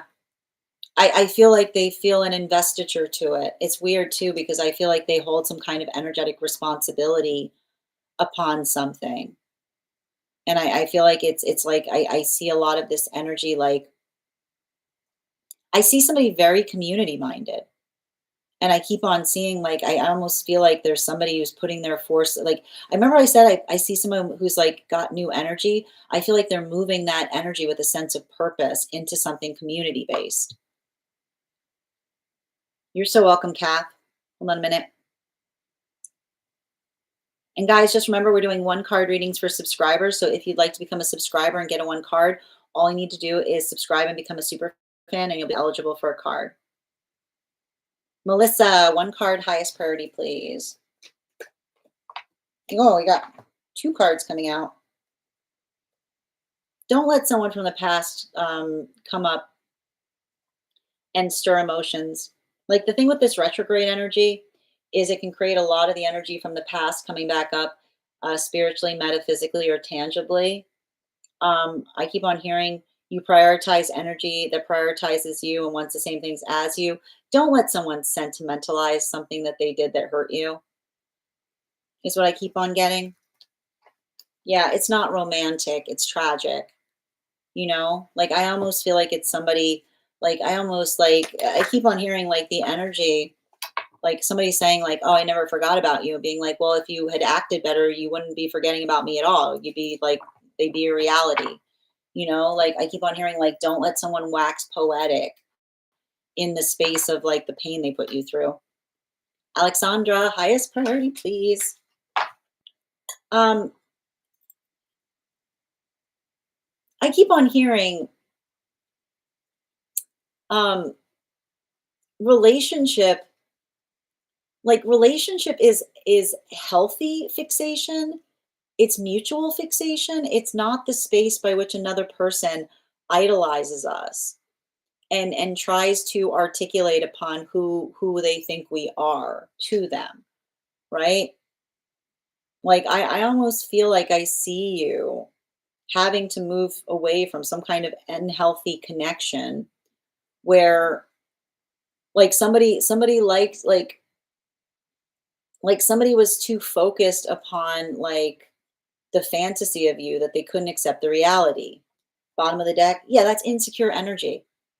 You know, insecure energy, like I need to point this out. Insecure energy will try to gravitate close to us and be like, well, the only reason I did that was because you did this. And I keep on hearing action should not regulate upon reaction. Like the space by which we read into things and we tell another person. I keep on hearing like someone being like, I thought this was happening. Like I keep on hearing like the space by which another person tries to find reasons. Like there are no, I keep on hearing there are no reasons that um like require us to hurt one another. And that's what I keep on seeing. Like it's almost like somebody trying to like validate and be like, well, I only did that because I cared about you so much, being like, that's, I keep wondering, it's not like like that, like that's what we talk about. Like when somebody, like that's trauma. Like when someone says like the reason they're hurting us is because they care, right? Someone being like, I was hurting, and this is what I keep on hearing. Like that's why we give energy like that, proximity, because when somebody says that, you know, that when somebody says to themselves that they can do anything because they feel hurt, they will look for any reason to feel hurt. Like the mind will look for any reason to feel hurt in order to do anything, right? So it's like I feel like it's almost you identifying someone who is like not safe to love because of that tendency. I feel indifference is crucial for growth. I don't like the word indifference. It's not about indifference. It's about recognizing what is our responsibility to work through versus what versus someone else's. It's the difference between indifference is dangerous. Disassociation is not healthy. We want to work through non-attachment, which is not feeling energetically connected to something that's not in our power to change.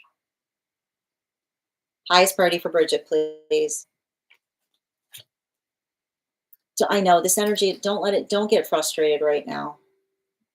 You know, just allow. I keep wondering. Allow the context by which you're identifying and recognizing what it is that you're working on trying to do better.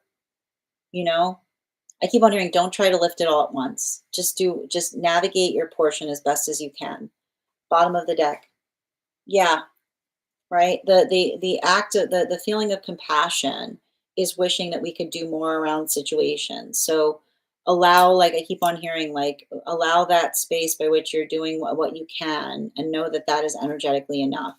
I feel like you're feeling like I keep on seeing like I keep on getting the sense that there's some kind of like there's a counterpart energy connected to you that's closing out a major cycle. So like you might feel some of that intensity coming through.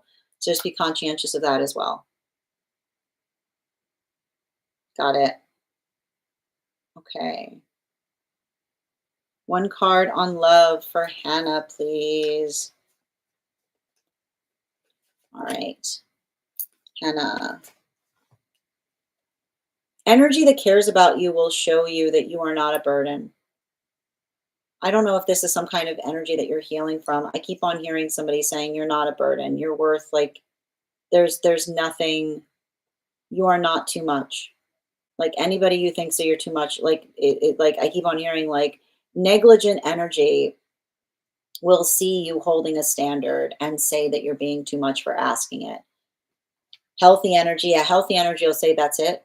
Like healthy energy will say like that's it. Like yeah, consistency. Like I keep on hearing, as long as you're not giving another person your emotions to solve, it's not too much to ask, right? Healthy energy. And I feel like you're doing, I feel like the hard part about it is, and that's what I mean, like I feel like I see some kind of new energetic connection coming towards you. I keep on hearing, and I was getting this during the reading, count the days you gave someone, count the days you gave someone to fix something, because it changes. I keep on hearing it changes, the context of it changes dramatically in relationality to them seeing you're moving forward with another person. Minnie, one card on how tonight will go. Ooh. I feel like it's interesting. I feel like you're gonna see like a whole different side of them, you know? Like this is interesting. Like I feel like there's like I don't know why. Like I feel like this is somebody who's a lot different in like a lot different in the context of others around them is what I keep on seeing. Yeah, bottom of the deck, especially with the sun card, you know? Like I almost like um I almost see somebody like being a little protective of you is what I'm identifying. Like there's a little bit of like protectiveness there or somebody apologizing for another person is what I keep on getting. Hi there, Layla. Kath, one card on divine counterpart, please. Um, it's weird. They're like I see somebody missing you. I don't it's funny, it's like they're missing somebody they haven't met. You know? Like I almost feel like somebody who meditates, like who's actively meditating on what it might feel like to be in connection with you is what I'm getting. Yeah, Hierophant. Like I don't say this frequently. Like I do feel like there might be somebody who's like manifesting you right now or like they're working on identifying what that feels like because these two cards together are very powerful. Yeah, you saw the two aces, right, Nikki?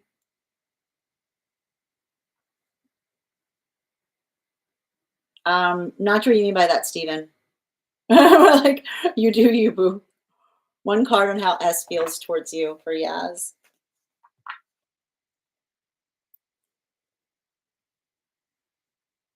They know what would be required. They know what they like I keep on hearing you made it very clear. Like I feel like it's respected because like they understand exactly what like the fact that there is some kind of doorway back into their life, but that it's the work that it would take to get there that they're afraid of.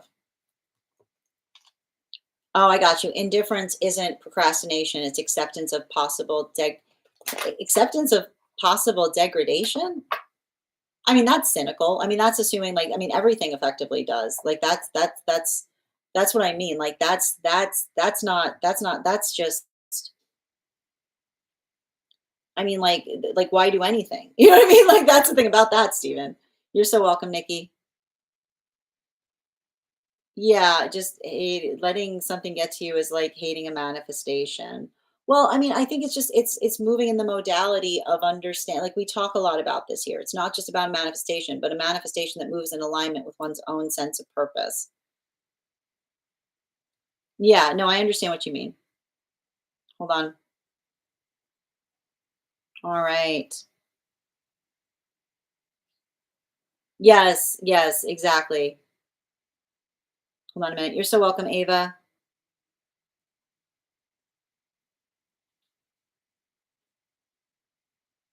Okay. One card for Grace, please. I like how you wrote that. People, you can't what are you gonna do with people? You know? Like just you I know, just stay committed to your energetic purpose, right? And again, like that's all you can do. I know there's a lot of like don't make an outside problem an inside problem is what I keep on seeing. It feels like some energy trying to project something on you. And I like to point out, usually a good way to dispel a projection is asking a reasonable question. So don't be reactive, be curious, you know?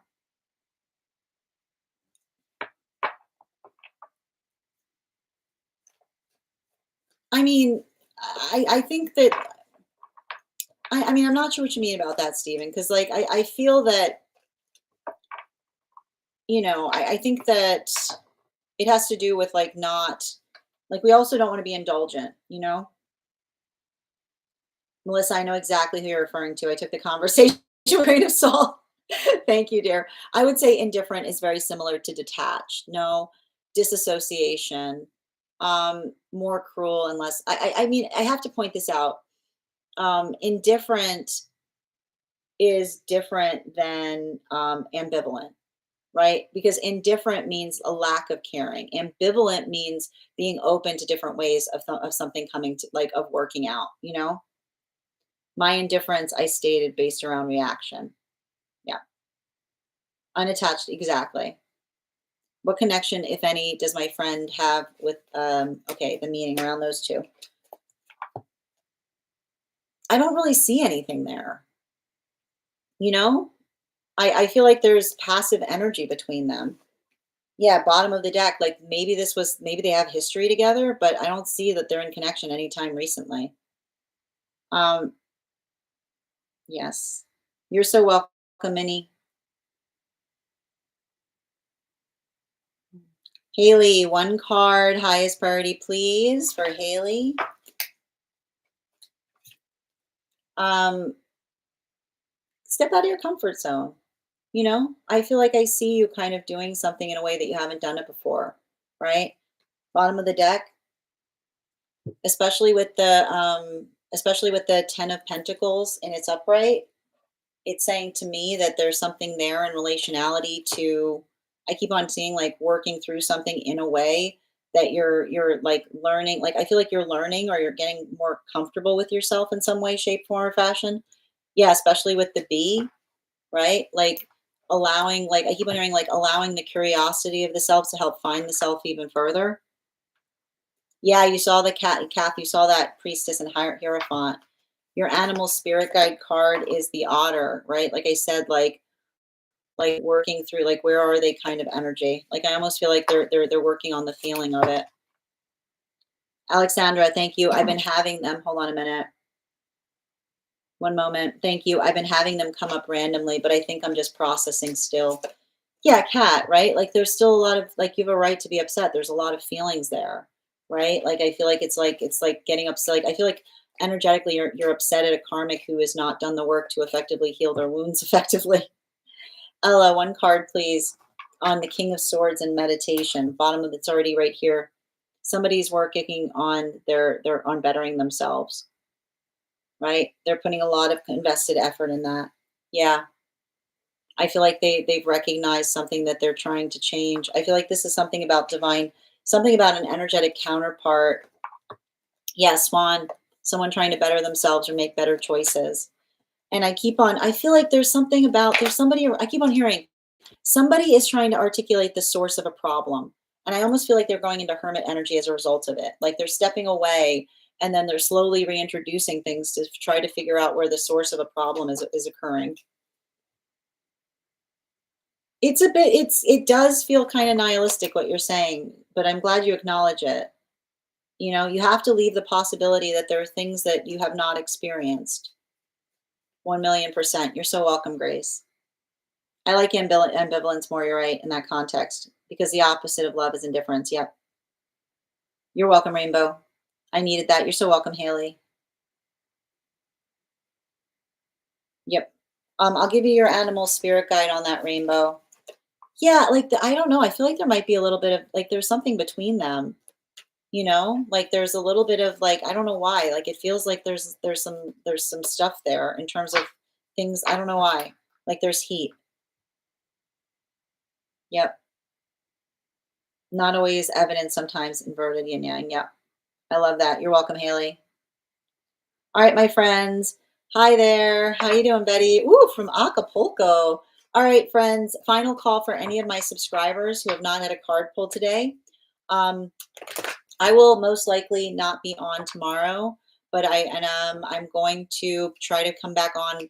I'll try to be here on Sunday to honor one card readings for subscribers. We will be doing a divine energy update on Monday, and I will be doing personal full readings then. So if you would like to get on the list for a full personal reading, then you can do so and get on the list now to make sure that you secure a spot. I want to, if you have become a subscriber today, all right. Whoop, hold on a minute. Chrissy, one card regarding connection. It's saying to me, just like, I feel like I see somebody like working through some kind of feeling of stagnancy, right? Like it's giving me a lot of sentiment, bottom of the deck. Yeah, it's giving me a lot of sentimentality in relationality to some kind of nostalgia about the past. Animal spirit guide. I mean, like I keep on hearing, it doesn't serve to be nostalgic about the past. It's about working towards what happens in the present, you know? Excellent. Happy Friday, Kath. All right, my friends. You're so welcome, Mushu. I want to thank you guys so much for being here today and sharing in these messages. If you became a subscriber today, make sure that you head over to our subscriber only disco channel, introduce yourself to the collective. You'll also find there in the perk section a special coupon code for our tarot class subscription program. Our next class will be happening next Wednesday. We'll be studying the moon card. I want to thank you guys so much for being here today and sharing in these messages. Huge thank you to my followers, old and new. Thank you for spending your afternoon with me. Huge thank you to my subscribers. Your ongoing support means the absolute world to me. And the biggest thank you to my followers. How are you doing today, Melissa? Sending you support on that journey as well. Those buttons don't help me at all, but again, becoming a subscriber does. I want to thank you guys so much for being here today and sharing in these messages. Huge thank you to my followers, old and new. Huge thank you to my subscribers, and the biggest thank you to my mods. I hope you guys have an absolutely beautiful day. Please take care of yourselves. Please take care of one another, and we'll do this again tomorrow. Have a great day, everyone.